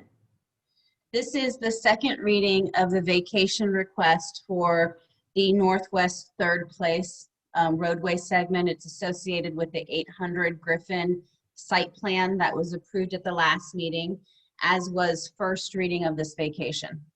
So I do have a presentation I can go through to refresh your memories if you'd like to see that. Or I'm available if you have any questions as well. And the representatives from the applicant is online in this meeting as well, if you have any questions for them. awesome. Is there any of the commissioners or commission that wishes to seek? Let's know. All right. This is a public hearing. Anyone to speak for or against this, please raise your hand. Make a motion to approve, Mayor. I'll second it. All in favor? Aye. Anyone opposed? 9. 9.3 is a resolution of the City Commission of the City of Dania Beach, Florida, approving a request to be exempted from the public art program for the affordable housing community known as Saratoga Crossings 3, submitted by Nectaria Chakas, Esquire of Lockyer Chakas, VA, on behalf of the Dania Beach Housing Authority for the property located at 840 and 850 West Dania Beach Boulevard in the City of Dania Beach, Florida. The legal description is contained in Exhibit A copy of which is attached to the resolution. For conditions, for conflicts, further providing for an effective date, Community Development Department. Good evening, Corinne LaJoy, Assistant Director in Community Development again. I do have a presentation for this if Frank can load it, and this is a request for a public art waiver for the Saratoga 3 project. Thank you, Frank. You can go to the next slide already. I'm sure a lot of us are familiar with the project. This was the third phase of the Saratoga Affordable Housing Project. It is located on West Dania Beach Boulevard. It's 5 stories, a 575 unit affordable housing project. Next slide. The city's public art program is intended to enhance the quality of life of Dania Beach through artistic opportunities that contribute to the city's aesthetic character and to unite the community through a shared cultural experience, including the collection and exhibition of high quality art that reflects a diversity of styles. And this is some of the language that came right from the public art ordinance that was passed by the City Commission recently.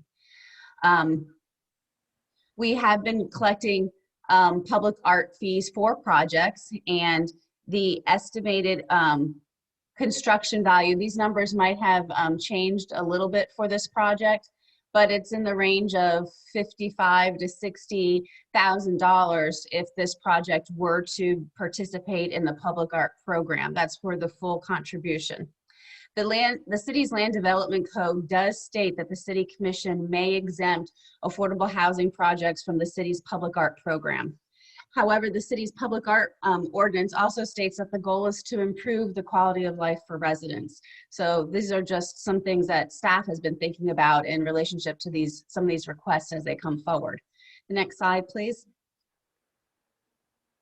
The applicant has not provided any analysis or justification to support the waiver request, nor stated how the savings of this money, instead of contributing it to an art program, how that money would be spent on amenities or improvements on the project itself. And in addition to that, as the city was analyzing the request, we found a couple examples of how public art was incorporated into affordable housing projects, in fact, in South Florida. So I took the opportunity to include some of that information in the report and in the backup information, and I thought I'd go through that quickly just to give you some ideas of what public art associated with affordable housing projects could look like. So if you can go to the next slide. So I found a couple articles about public art associated with affordable housing projects. Like I said, one of them was through the Pinnacle Housing Group, which is Miami based, and they have several projects in South Florida and across the country as well. There are, the group has commissioned public art throughout South Florida on their projects, including Woodwood, Little Havana, and the Brickell neighborhoods, which are local to our region. The article that I had included in the backup stated that they viewed art on their property as an investment that benefits the residents and encourages them to be proud of where they live and the project where they live at. The next slide, please, Frank. So these are some of the examples, and you'll probably, be familiar with a couple of these. So these are some of the art installations that they have done associated with their project, a couple of projects in different locations. Next slide. There was another example that it wasn't associated with an affordable housing project, but it was the Point neighborhood. It is in Salem, Massachusetts, but it's always been an immigrant community. They have experienced deep stigma and social isolation for many years. So they started with a community planning process in 2014, which resulted in community placemaking through the use of public art. To date, they now have 75 murals installed within a 3-block radius. The project has brought a lot of positive media coverage to the Point neighborhood, positive mentions in local and international news medias as well. And through this, they've been finally able to make their connection to the adjacent Salem community and been able to use it as an economic stimulus for the neighborhood, which is something they've really been struggling with for several years. But again, that information is provided in the backup. The next slide. I think so we've given some examples of what some of these murals look like throughout the neighborhood, including even graphics installed on a sports court, not just on buildings. So the next slide. Okay, so back to the city's land development regulations. It does allow for a waiver of participation in the city's public art program. The city commission may choose to do one of the following. They may waive the public art fee in its entirety, as the applicant has requested. They could do a partial waiver of the public art fee, asking the developer to provide public art installation on site and waiving the financial contribution that the ordinance talks about, or you could deny the waiver request completely. It's up to you as to how you want to, entertain the request. For the reasons that we talked about in the examples that we were able to find, staff's recommending denial of the waiver request that the applicants requested in full. Next slide. I think that concludes my presentation though. So I'm available if you have any questions. I'm sorry, I did go through a little bit of a history as to when that project was approved. It was just recently, but Nectaria Chakis is the representative for the development, and she's here online as well, and she's available for questions. And in fact, did you provide a presentation? It was last week, I think. Yeah, so there might be a presentation that she has to provide as well that Frank should already have. I'm sorry, do you have any questions for me at this time? No, I don't think we have any. I'm trying to see. Okay, Nectaria, are you unmuted? I'm not. Yes, you're unmuted. Okay, great. Hello, good evening, everybody. Nectaria Chakis with the firm Lockery and Chakis on behalf of Saratoga Crossings 3 Ltd. I am joined this evening by Brian Jaffe and Scott Kriebel, who are also on the line. They are with Atlantic Pacific Communities. So to the extent I can't answer any questions, they are on the line, and I would hand it over to them on any technical questions. But I do have a presentation that I provided to Corinne on Friday. I don't know if that's been loaded up, but I also have it on my screen just in case. There we go, great. So I thought it would be a good idea, because there are a couple of folks on the commission that were not on the commission at the time that Saratoga Crossings was approved, and were also not on the commission at the time that the public art fee ordinance was adopted. So really quickly, I'll just run through a few slides that just shares, and explains what the project is about. And then I'll run through what the request is. Corinne did a great job of explaining the request, and also showed some very beautiful public art installations that other cities have installed and other developers have installed. And I have a presentation also that shows the timing of this request and why we think this particular project is worthy of a public art exemption. So with that, I'll go ahead and just go ahead into the next slide. This is the third phase of the Saratoga Crossings project. So you have the two phases that are outlined in blue that are complete. They have really transformed the neighborhood. They are, really fully occupied and have been a huge hit. And there is, as everybody knows and recognizes, a very strong demand for affordable housing. This is the third phase of the development. And next slide. It is a 5-story product that consists of 75 units. All of them are 1-bedroom units. This is the site plan that you see in front of you. There are ground floor units. There are amenities as proposed as part of this development. Moving on to the next slide, you'll see what the development actually looks like. This is a view from along Dania Beach Boulevard. You can see those are entrances to the units, direct entrances. So it really has a very strong community connection between the street and the units. Eyes on the street, we like to call it. And moving to the next slide is a rendering showing what the building looks like on the corner of 8th, and on the right-hand side of that rendering would be the Dania Beach Boulevard connection. Moving to the next slide. These are the interiors of the Saratoga East and West, the first two phases of Saratoga East and West. And I show you these because I wanted you to understand that these are nice, high quality finishes, and what they're placing in the Saratoga Crossings 3, the phase 3, is proposed to be very similar to what you see in the photographs here. Next slide. So why are we here? We are here because there is a public art fee that applies to all development, including this one, unless the city commission agrees to exempt this development. The public art fee in this case, and these were the most updated construction cost numbers, 12.2, a little over 12.2 million for hard construction costs. And that would equate to a public art fee of a little over $61,000. Next slide. So this is directly out of the public art ordinance. It says that the city commission may exempt the following from the public art program. And then it lists at the very bottom the affordable housing exemption that we're here this evening on.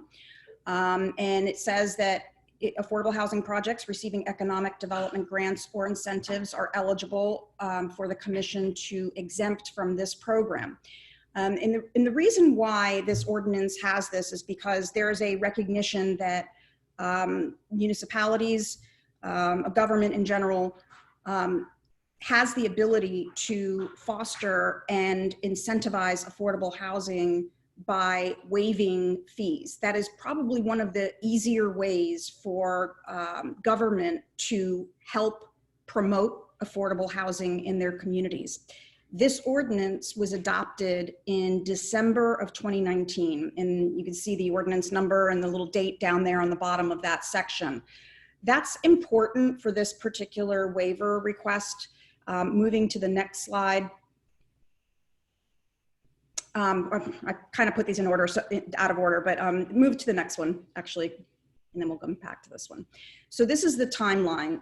In July of 2019, which was about 5 or 6 months before the ordinance was adopted, the Florida Housing Finance Corporation issued what they call a request for applications.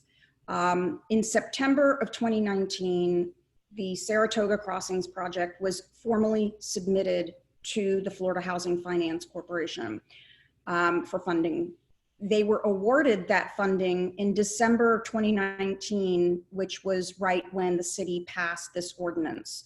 So when you submit applications to Florida Housing Finance Corporation, they're very, very long applications. If anyone has ever been through this process, I'm not exaggerating when I say there is a lot of detail and budgets and financial information that is submitted with the application.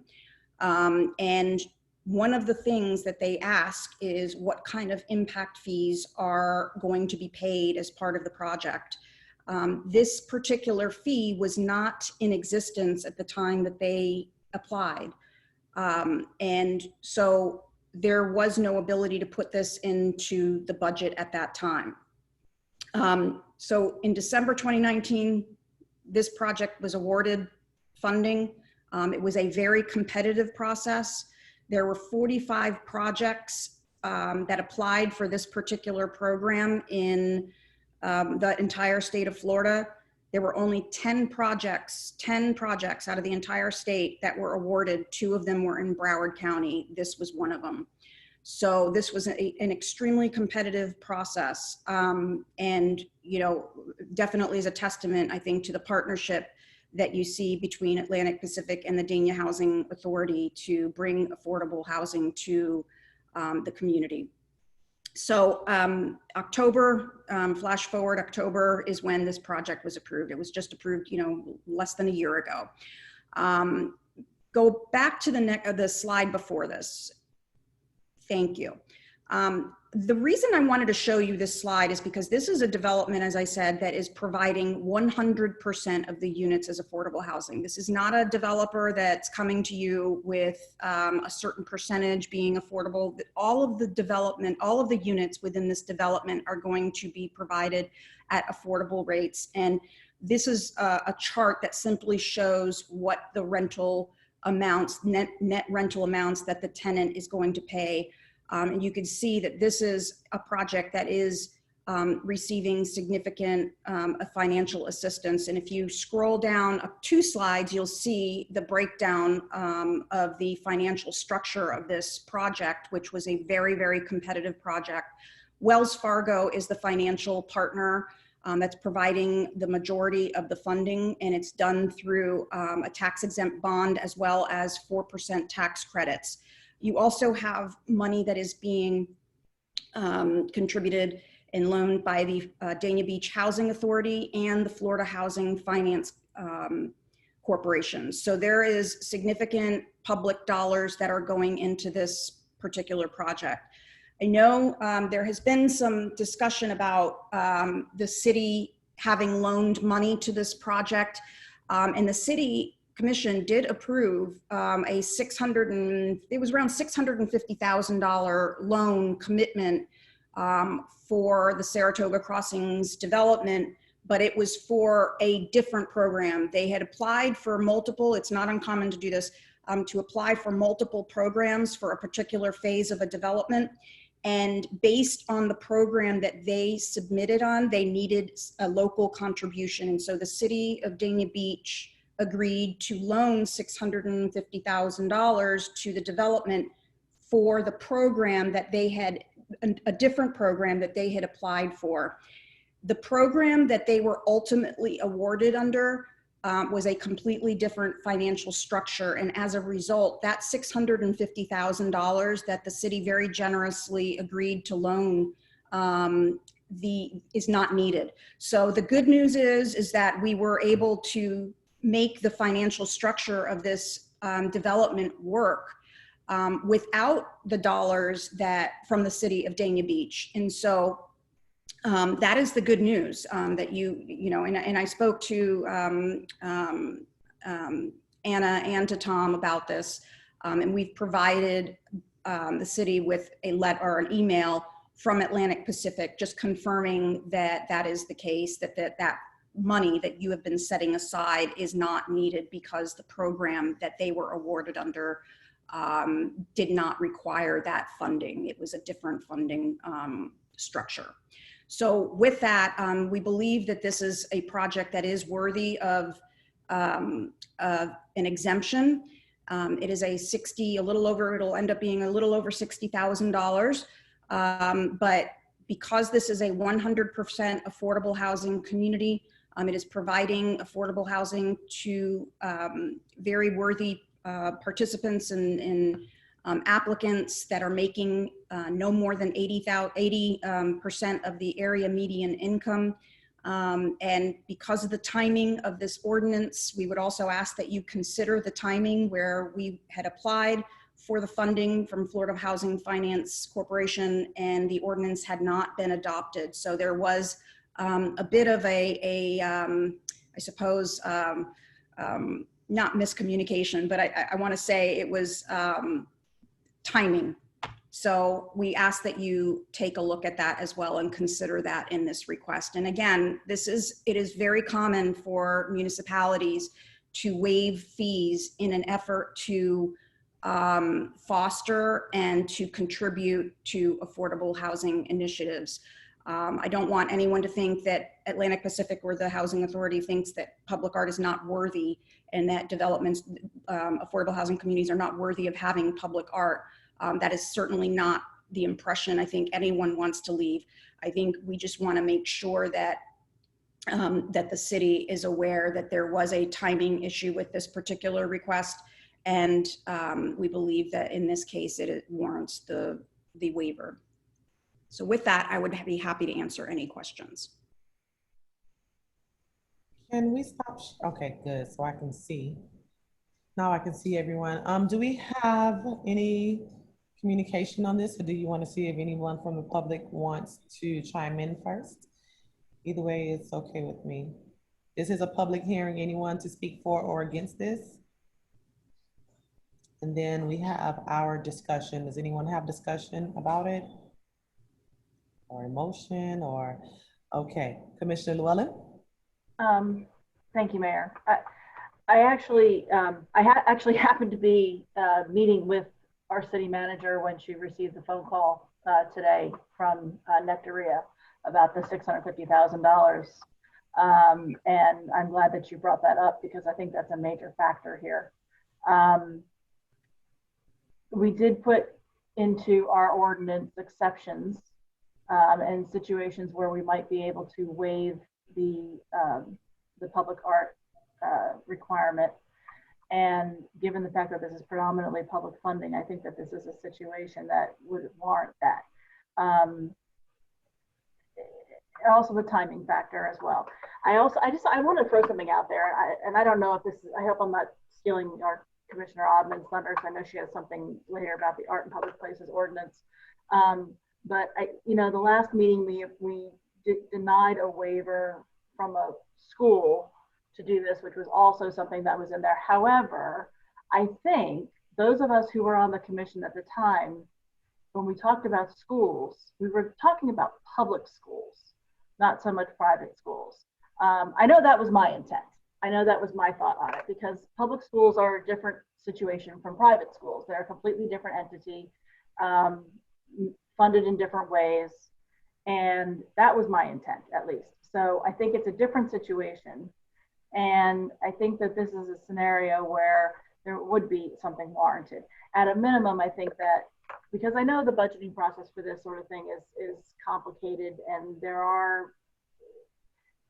there's tighter budgets that are involved with things like this when you're dealing with public funding. And I just don't know that it's really fair for us to turn around and now make an extra requirement from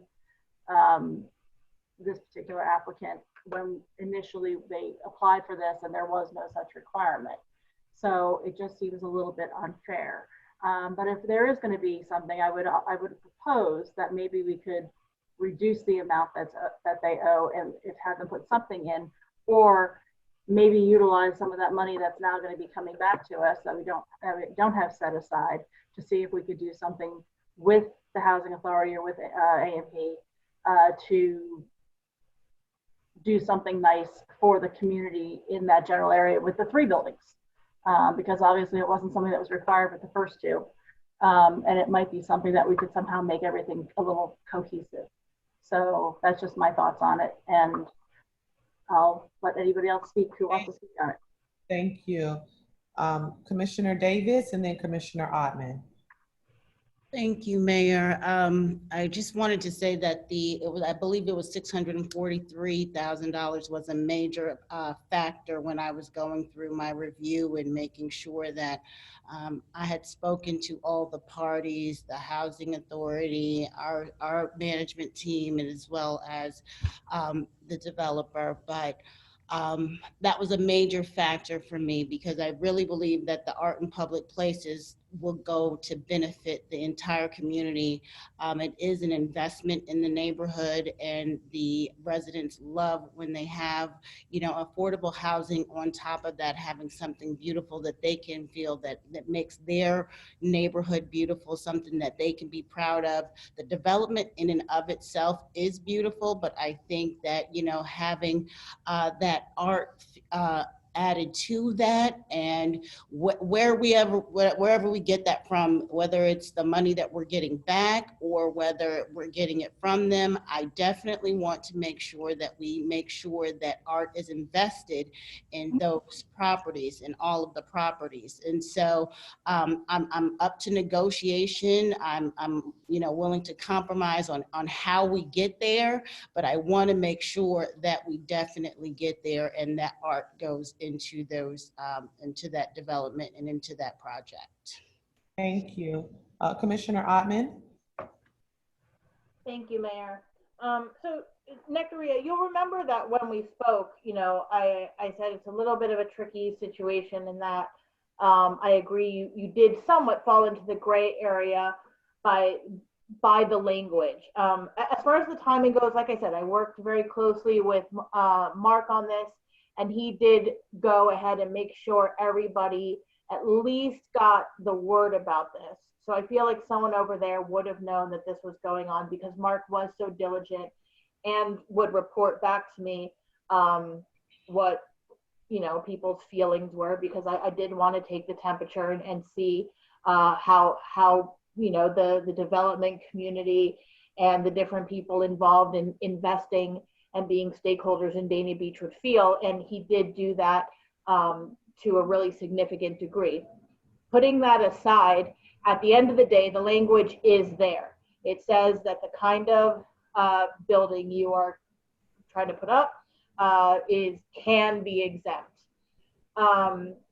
So in that sense, I think it falls under the gray area. But here's where, you know, I think Commissioners Llewellyn and Davis said the same thing.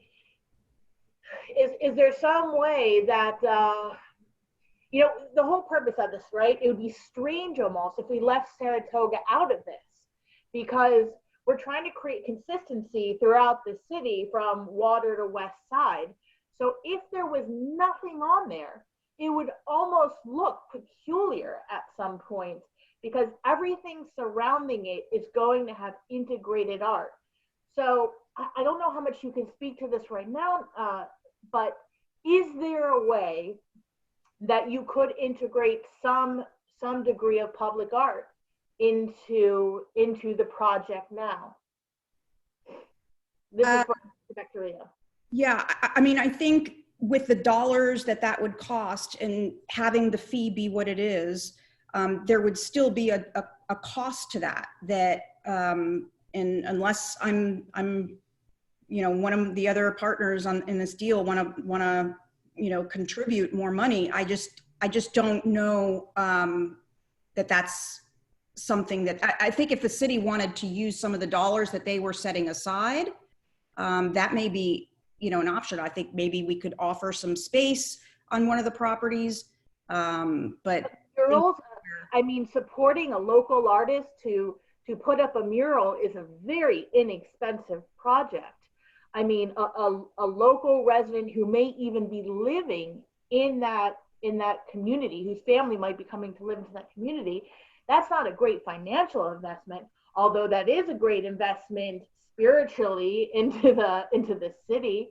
I mean, I see like so much possibilities there. The next part of this conversation will be addressing for the commissioners, just to keep this in your brains for right now, that we will be talking about this language. We will be talking about the 5 exemptions and how you feel about them and what we want to do about them. So we have Pastor Jonathan Thomas. Had his hand up. Oh, there he is. Please state your name and address for the record, and you'll have 3 minutes. Sure. Jonathan Thomas, 2337 Anchor Court, Fort Lauderdale. And you have to get sworn in. Sorry, Tom. Hold on. Okay. Tom, we can't hear you. Do you swear or affirm the testimony you will give will be the truth, whole truth, and nothing but the truth? I guess you do. So. Yes, sir. I hope so. Good evening, Mayor, Vice Mayor, City Commission.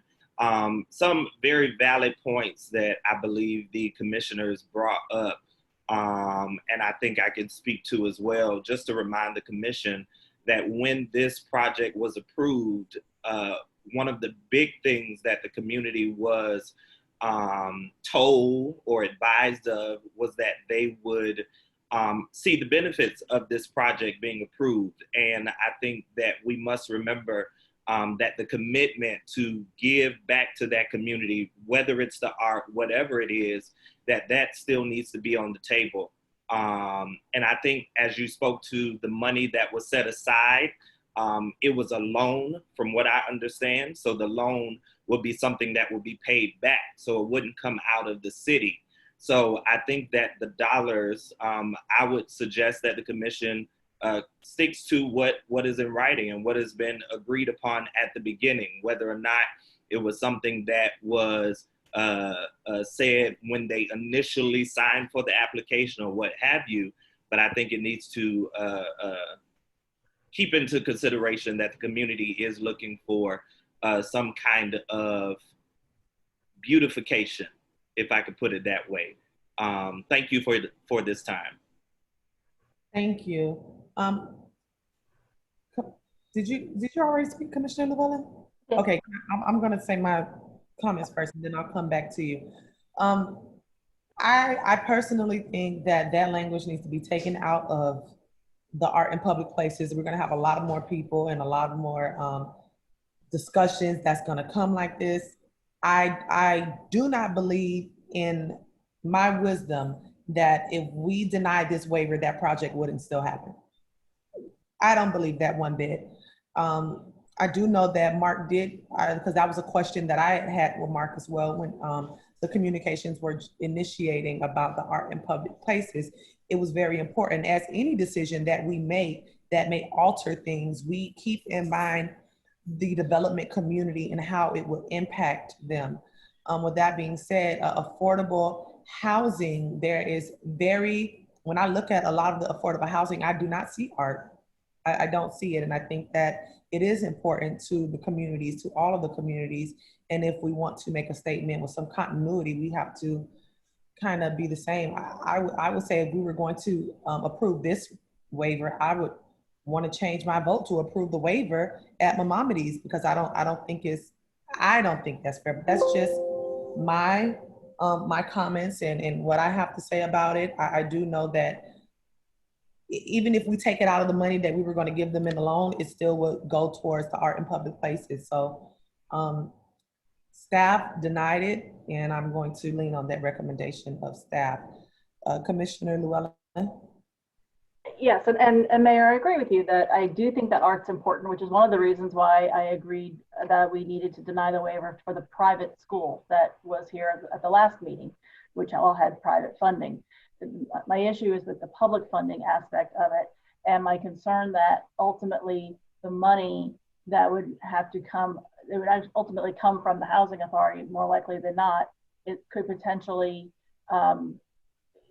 cause problems for the people that might potentially need affordable housing in the future. I mean, I'm not exactly sure where it would come from. I don't know if it's going to come from a contingency or where it would come from or a reserve, but I don't want to take away from the purpose of doing exemptions like this.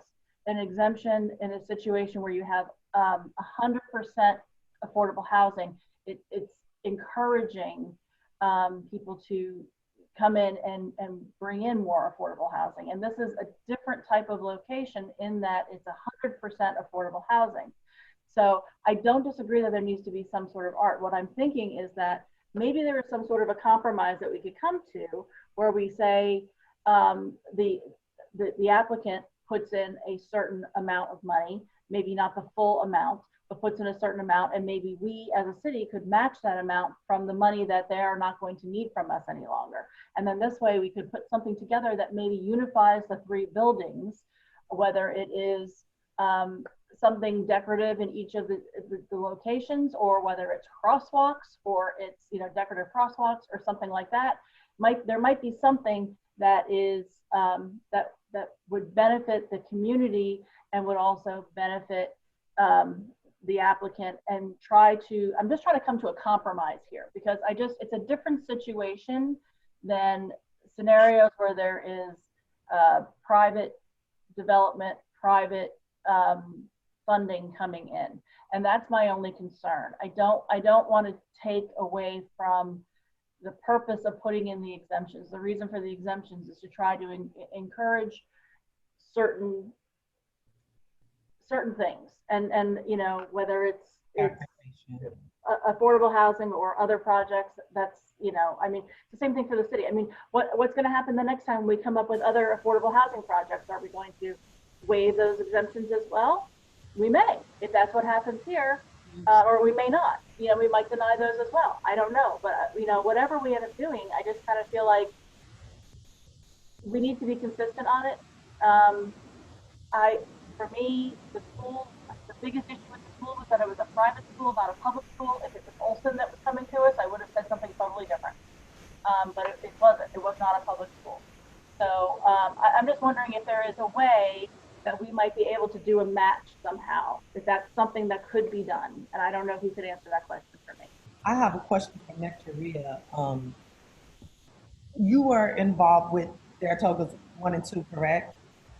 No, I was not personally involved with Saratoga 1 and 2, but we have other folks on the line that were involved with that. I have Scott Kriegel and Brian Jaffe who were involved with that. My question is, when Saratoga 1 and 2 came to the public funding from the city, it was denied, and the project still went through.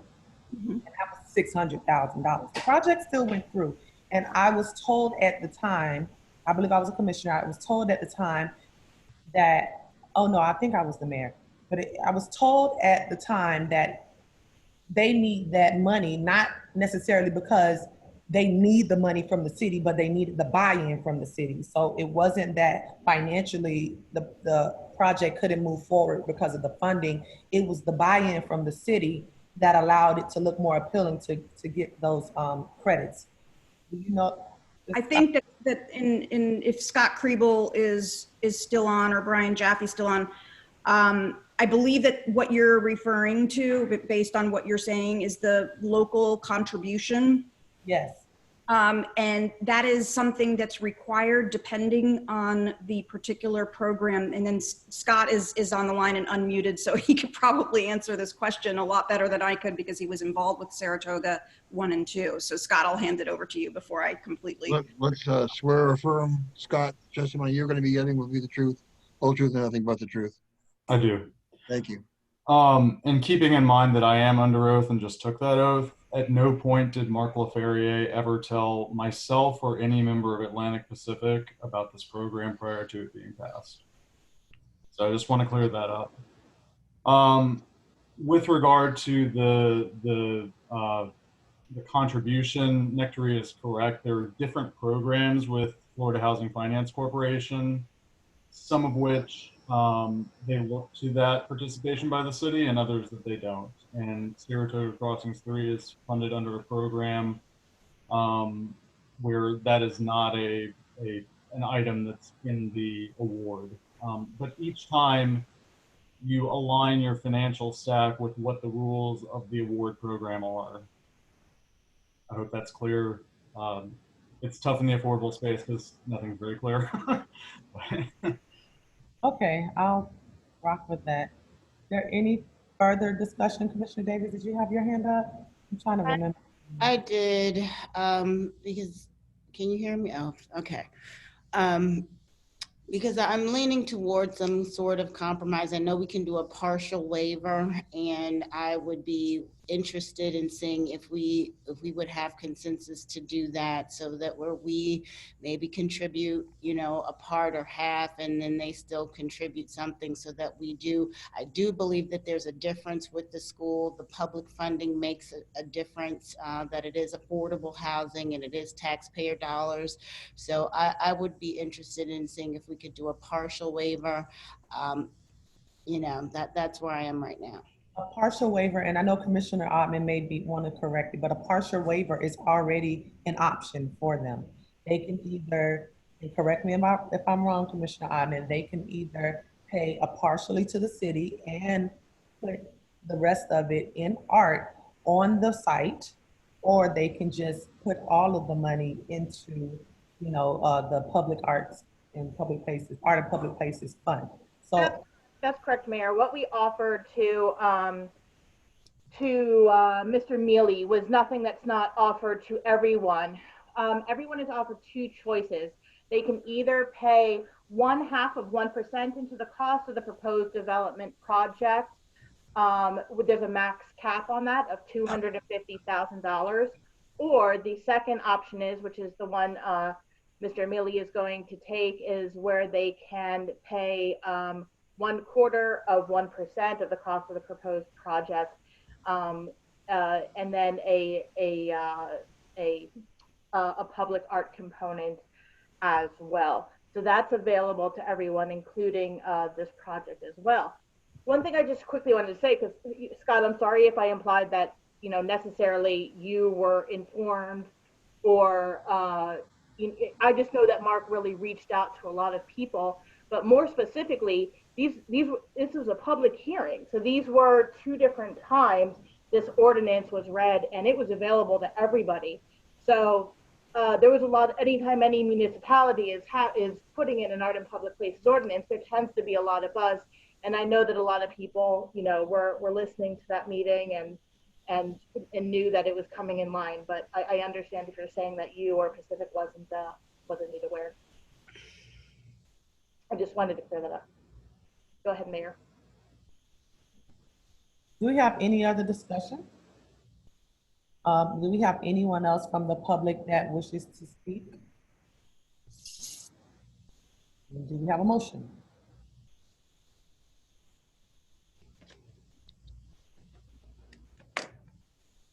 We don't have a motion. No. Sorry, my mute button wasn't working. All right, so the motion is make it what you want. Do you? No, but what the request was for the waiver. Was for the waiver. Okay, so this would be the same thing as Mr. Mealy's. So it would open up the option. So a motion for denial would open up the option for them to take the 0.25 or 1% and public art and public art. So I'll make a motion for that. A motion for denial of request. A motion for denial. Do we have a second? I actually have a question. Okay, you can ask. Thank you for ask it after the second, and then we'll get to it. Do we have a second first? Well, it might impact whether or not we have a second. That's why I'd like to ask the question. Okay, go ahead. Through the mayor to the manager, if the waiver is denied and the applicant decides to do pay the 0.25% into the fund and do public art on the premises, is that something that we would be able to work with them on as far as potentially assisting in funding if need be? Well, that would be up to the commission. But, you know, and I just want to clarify that I did get the call from Nectaria today. Because I've been having meetings, you know, with Commissioner Davis, the Vice Mayor, you know, and all of you actually in regards to the agenda. So this is the first time that I heard that they were not going to be taking that 643,000. But I just want to make sure for the record that you know that 643,000 hasn't been issued. So it's not like we're getting money back. It's sitting there and we haven't issued it. So whatever directive you give us, we will make it work because that's what we do here. But, you know, it's very important that we don't set the example that certain housing projects have art and certain housing projects don't have art. We want to keep a beautiful and safe city. And I know that's what you all want. And that's certainly not what I'm implying at all. Not at all. I definitely think there needs to be art there, and I think that at some point there's going to be art there one way or the other. I'm just trying to see if there is something that we might be able to do to try to facilitate this so that it doesn't take away from the funding that the Housing Authority uses for the people that rely upon it. That's all I'm asking for.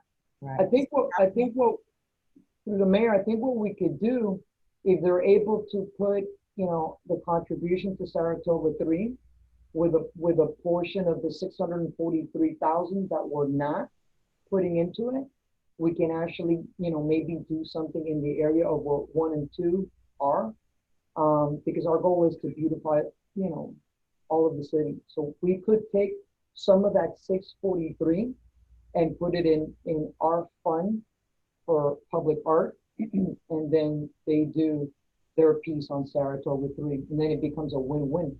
I think that we have the opportunity through the Art in Public Places Fund to do a lot of different projects. And certainly a project can be brought up from any development and we can work together with, you know, in order to facilitate that. But we have a motion on the floor. And I want to respect that motion. Do we have a second? I'll second the motion. Call the roll, please. I'm sorry, I missed who seconded. The mayor seconded. So Thank you. For Can denial. Can you reread the motion one more time? The motion is for denial, right? Correct. Okay. All right, here we go. Commissioner Davis,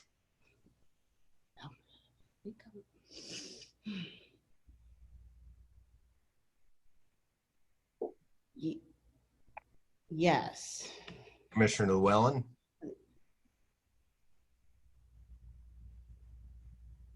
You're muted. We didn't hear you. Yes. Commissioner Odman, Yes. yes. Vice Mayor Salvino, I'm sorry. No. Mayor James, Yes. motion carries 4-1. Thank you. Thank you. Next, we have discussion and possible action. Pride in Dania Beach, Commissioner Ottman.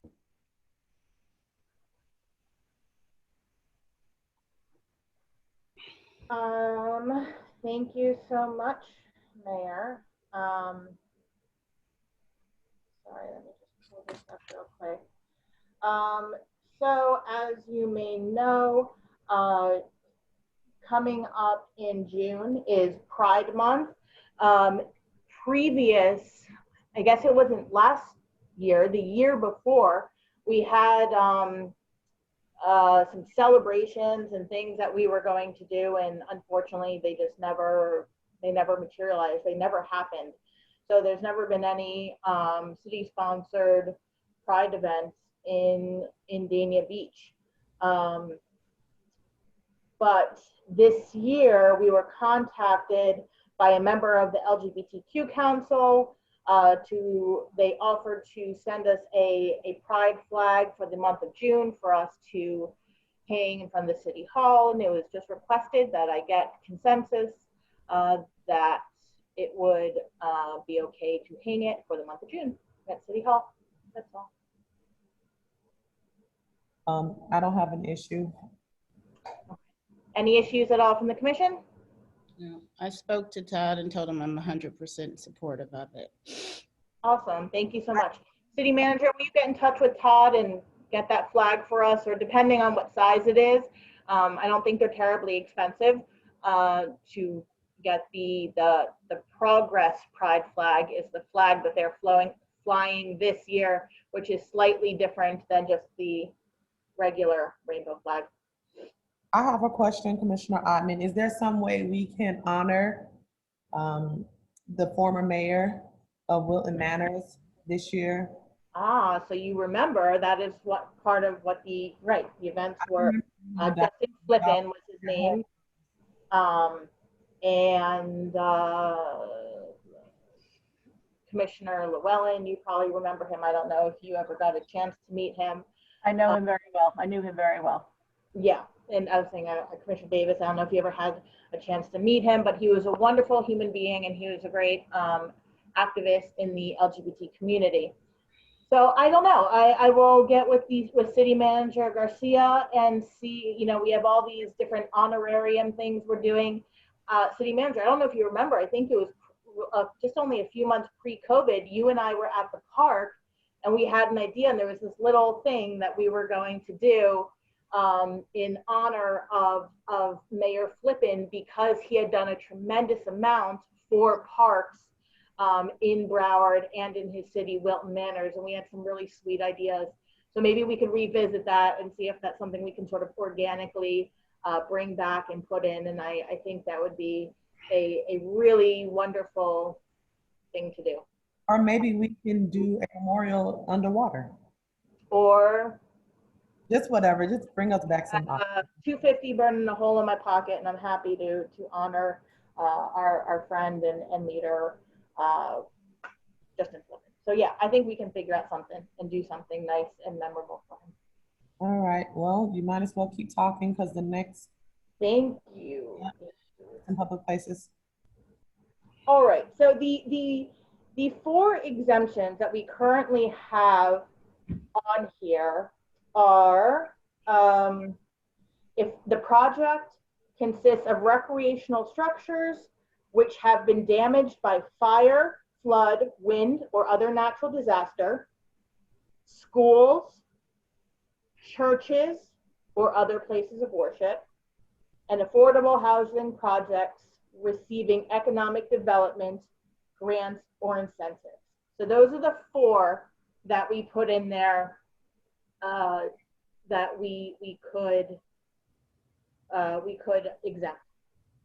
Now, after that meeting with Mr. Mealy, a lot of people got in touch. And when I guess commissioners always exaggerate. When they say a lot, they really mean 4. So I'll say probably about 5 people got in touch with me. 5. And, you know, started pitching why they should be exempt. And, you know, they hold religious things there sometimes at their place. A percentage of their building is going to be allocated for workforce or affordable housing, things of that nature. So it because of, you know, there was a degree of sort of unfairness in this conversation that we're having, or that maybe felt a little unfair about eliminating or tightening the language in this. So that was the conversation that I wanted to bring forth with you all. If you wanted to remove some, all of these things. But as we were having this conversation, I realized I may be putting the cart before the horse. It may be, Tom, was there, because this was over a year and a half ago, was there a legal reason why perhaps we had to have some of those in there, like churches maybe? Do not remember that being discussed, Commissioner, no. Okay. I know it was brought forth by the special counsel, and it was patterned after other art and public places ordinances he had created. Correct, yes, we looked at others, and it ran the whole gamut. I mean, we looked at over 50 of them. There were some that had none, some that just had like prisons or infrastructure, others that had none, but if a special thing came forward, like let's say they were going to build an orphanage in Dania Beach in 5 years, they brought that forward, we would say, of course, an orphanage does not have to pay, something like that. So it really is up to you guys what you think is right and fair. So any thoughts? Okay, go ahead, Vice Mayor. I'll save my comments for last. Well, after what we've gone through the last couple of meetings, you know, and we've already passed 2 of the, you know, the ordinances that are in place for the arts and public places. I think that after the city manager says that we're here to beautify our city along with everybody else, including yourself, I don't know why we would have any exemptions whatsoever. I mean, I think down the road, I mean, if you've already established a path with a private school in a public funding situation, I mean, there's not much left to discuss. I agree. I absolutely agree. I have no other comments. I don't agree with it, but I mean, I'm just letting you know that I think we've already set the path right now. I mean, you know, everything will go wrong the second we exempt somebody. It'll just not go right anymore. So once you've done public funding, once you've done a private school, we're done. That's my opinion. Thank you. Commissioner Davis.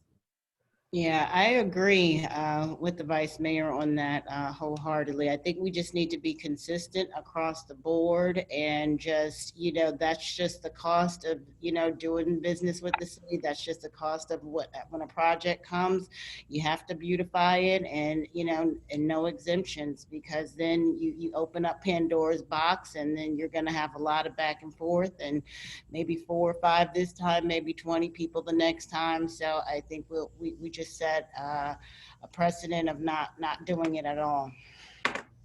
Commissioner Llewellyn. I would just ask that we have legal take a look at this to make sure that there isn't any sort of problem with it, that we're not going to have somebody coming to us later and filing a lawsuit against us because we don't have some sort of exception because there's a constitutional exemption or something like that. And that's, otherwise I would agree. Yeah, the only one I want to look at a little bit more deeply is the one on religious institutions. Okay, I agree with that. There was a federal law called the Right. Religious Land Use Institutionalized Persons Act, and that I want to take a look at that before we just say that you can't even do that for a church. That's the only one I would say that might need to be preserved. So I will look at that. Tom, can you look into that for us? Yes, And of course. If there is a conflict, bring it forward to us. Yes. And let us know at the next meeting. If there's not, Yes. can we put in the draft with the new language in it? And I guess it'll have to be. So the desire is to amend to take out the exemptions unless any one or more need to be preserved. Is that correct? As I understood, correct. Okay. I'm sorry, but I just have to pipe in. Tom, I wish you would look at all of them because. Oh yeah, I will look at all of them. I wouldn't just limit it to the one because you never know. And I don't know if there is going to be something else out there. And I don't want us to end up having this done only halfway. And then we find out that we removed something that we weren't supposed to remove and we find out the hard way. We will absolutely look at all 4 of the exemptions. Thank you. Yes. All right, with legal and Commissioner Ottman bringing us back something that has been had its blessing by legal and our approval. So Thank you. That discussion. Commissioner comments, Commissioner Davis. Okay. All right, so I did, it was Teacher Appreciation Week, and I was privileged to attend the Olson Middle Teacher Town Hall with the parents. And on Friday, every week of the week, they had a different theme that celebrated teachers, whether it was pizza, whether it was flowers. And then on Friday, we had a surprise teacher parade. So the teachers had no idea, and so I was very excited to be able to participate in that and celebrate the teachers for Teacher Appreciation Week. The other thing I wanted to bring up was a follow-up from the mayor. Actually, she provided me with a contact call with Mr. Hernandez. He's the founder of a 501c3 called the Trash Pirates. And what this particular group does, they're about ocean conservation. You all know how much I love the beach. And what they do is make sure that they bring an education and awareness component to that. And once you put 2 beach lovers together, we just came up with all these different ideas. There was a lot of different organizations who would like to partner with us and would like for us to come out and bring the educational awareness component, specifically about plastics and microplastics and how they are the most harmful to our marine and wildlife. So we wanted to look at, I spoke to the manager about it. We can partner with Parks and Rec. We can partner with Olson Middle School. We have a lot of different organizations that we can partner with over the summertime to bring educational awareness to the harm that plastics is doing to our ocean. And there's a specific way that you have to clean for microplastics. So we talked about doing a back to school beach cleanup at the end by the time school began around August the 12th, so that everything that we've taught in the schools and everything that we've taught the community over the summer, then we would just have a back to school event. So I just wanted to let you guys know where I am, get your thoughts on that, and see if you wanted to have any additional information. Did I miss anything, Manager? No, you hit on every point. Thank you. I would suggest that you reach out to FAU. Okay. You can utilize some of their open space. I know they have some open space because we did a tour there, and see if they're interested in partnering. I don't see how that can be a negative thing for them. You know, they're always looking to promote their school, and they even took us out. I think Commissioner Ottman they took us out on a kind of like a tour boat. So just reach out to them. They've been a wonderful partner. I've actually been in communication with Josh Gapaton for a STEM program that is going to be, you know, free to the city and going to be hosted by FAU. So maybe they want to provide some additional resources or provide a facility or something like that for you. Thank you so much. I appreciate that, Mayor. And thank you for the contact as well. No problem. Is that the end of your comments? That will be the end. Yes. Okay. Commissioner Llewellyn? Yes, thank you. Couple of things. First of all, I know some people internally know about this already, but I just want to make sure the rest of you all know about this in case you get any phone calls. There have been some issues in the western part of the city with Channel 78 not showing Dania Beach stuff and instead being tied to Davie. Comcast, it's through Comcast, there have been some issues with it. I have been talking with IT about it. And what they need is addresses of people who are having this issue. So I don't know that any of them are able to watch this because they can't get Channel 78. Some may be online watching it. But what I would like to find out is, city manager, if we could have a contact person that we could put, that people could contact if they're having this issue, because I think it's something that we need to do on a more global scale. I know that when I've spoken to IT about this, they were looking for specific addresses of individuals. Is that something that we might be able to do? Yes, Commissioner Llewellyn, I will talk to Monica via Frank, to have Monica or perhaps Ralph get a list of all our residents that are being affected that cannot get our channel to ensure that we reach out to Comcast. I do have a couple of addresses currently that I'll send over there, but I would, we might be able to branch out from there because it seems to be like certain specific neighborhoods that are being impacted by it more than others. I mean, I know I have no problem seeing Dania Beach stuff from my house, but it seems to be south side of Griffin Road primarily. So, also, as you all know, we had the vaccination site today at St. Ruth's. My understanding is I did get a quick update from the bishop before we started today. They had 100 people that came and got their shots. That was their first shots. They're going to be doing another, the second vaccination day on June 1st, and they're going to be accepting people for first and second shots. So it'll either be the second shot from the first from today, or they can come and get the very first one, and they'll have them assigned another place to go to for the second one. I know they were hoping for a lot more people, you know, and unfortunately, that's part of the problem that I think we're all seeing is that there's a lot of hesitancy out there of people to even get the vaccination. Last time I checked, Dania Beach was below 50% as far as people that have been vaccinated. We obviously need more than that to get to herd immunity. I want to present to everybody at I want to throw out some ideas to people on the commission to see if anybody has any ideas about ways that we might be able to get more people to go get vaccinated in the city. I know when I got my second shot on Saturday, I videotaped it. I made sure I posted it.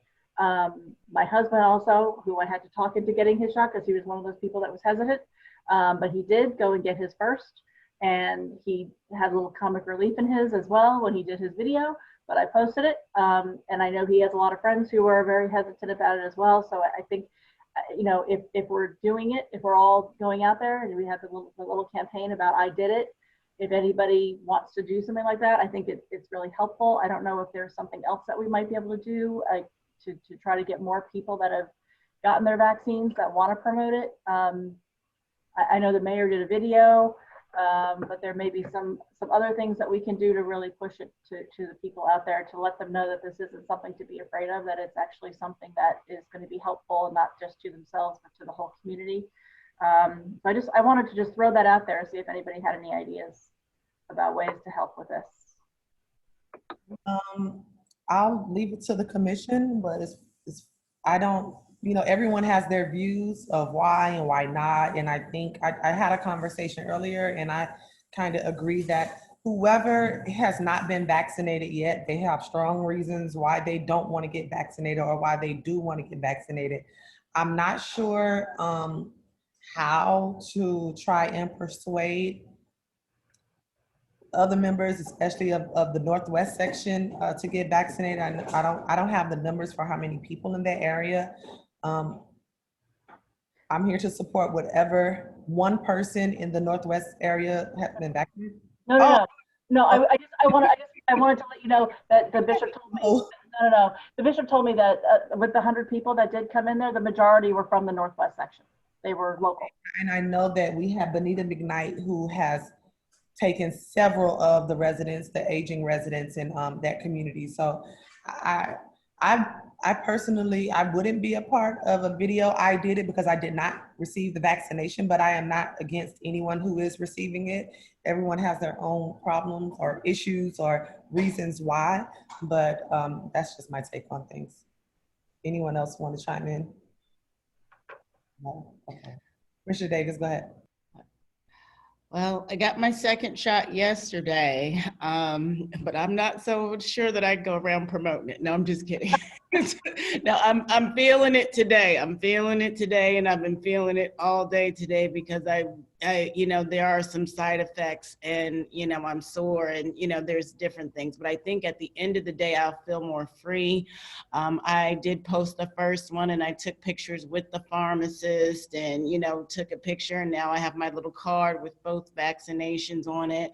So if you know me, I love our beach, but I love to travel to the islands. I feel like I'm going to have that freedom to be able to actually get out the country again. So I don't know if we can focus on the positives of it and maybe, let people think that, that there are some great things and some freedoms, a new level or a certain level of normality that you can get back to. I'm in support of doing that, in a team effort or however, but, I'm feeling it today, but overall I feel more free. And that's the one thing I hate, is to feel trapped and not be able to do something because I'm scared that I'm going to, catch a virus. So I'm in support of whatever you want to do. And that's the same thing. I mean, I had some side effects.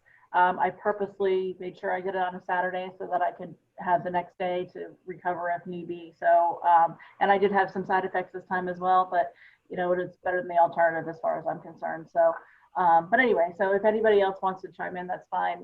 But I'm going to talk to the manager about maybe some things that we can do out there to promote it. Just wanted to let you all know that, we're still at a low end, and it's everybody's own choice to do it. It's just the sooner we get to herd immunity, the sooner things get better for everybody.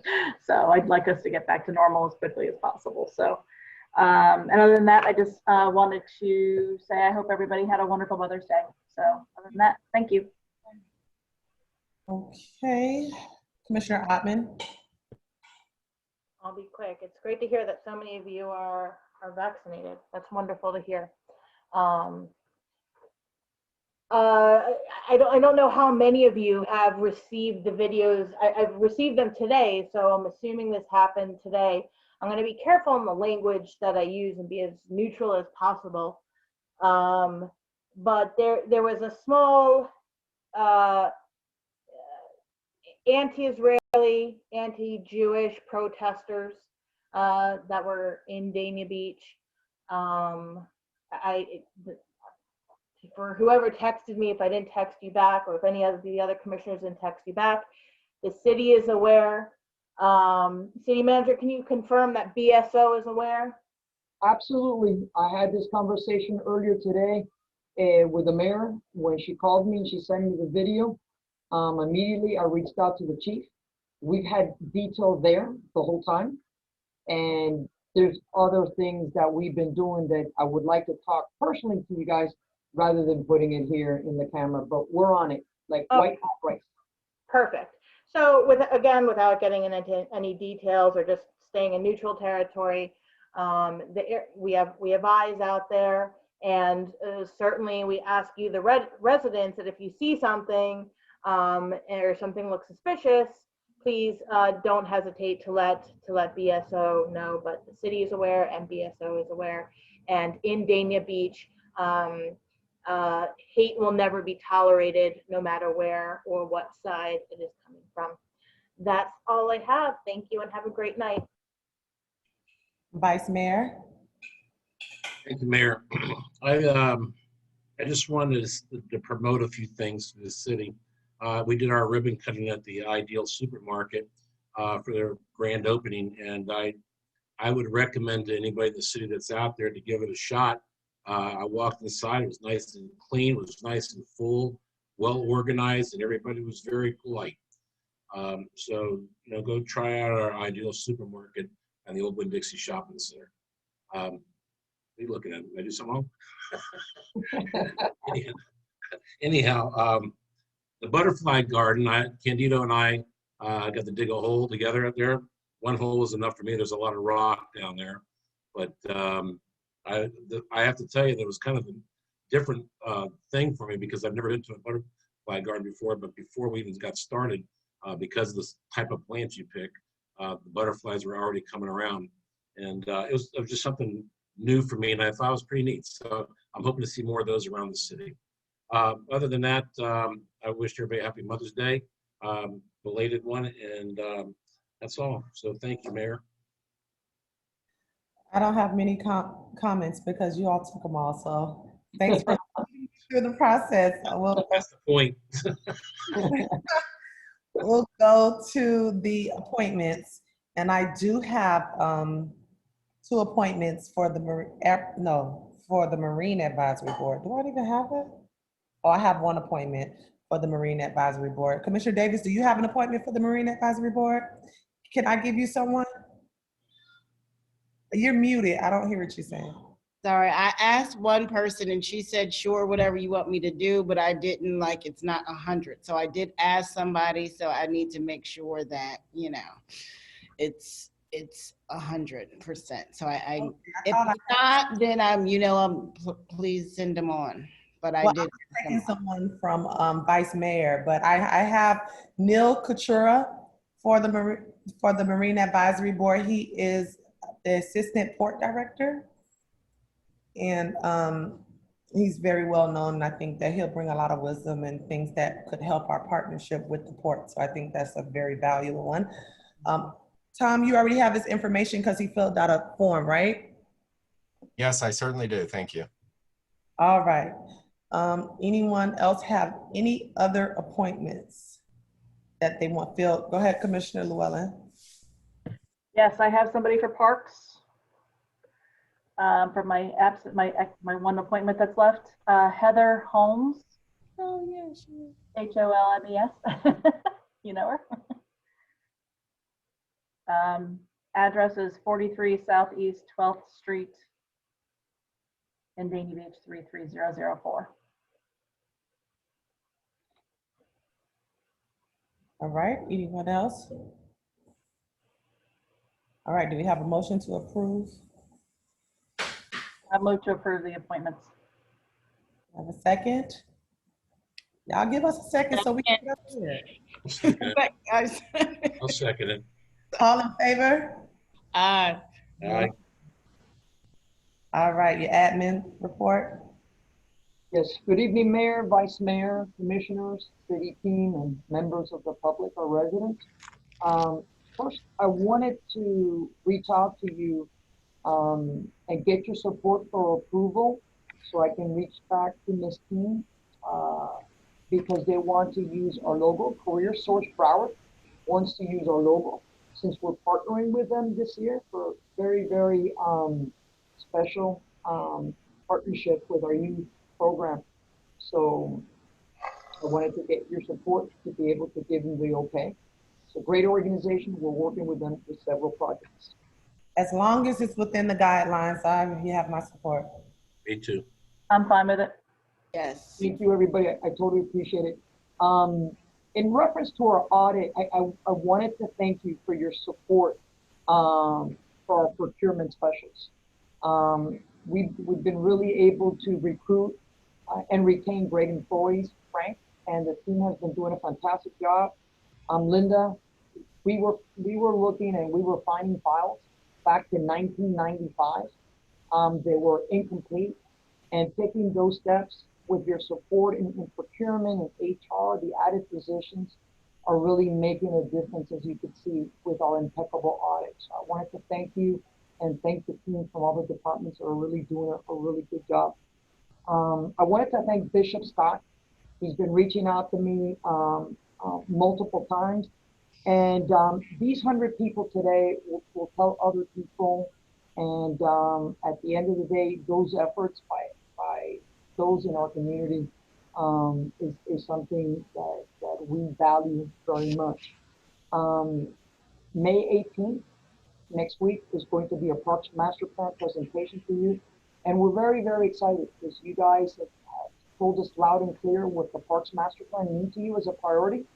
And we're going to be providing some really, really good news to you about, you know, designs and shovels in the ground. But I don't want to get into it today, but just to let you know that we're very excited about that presentation.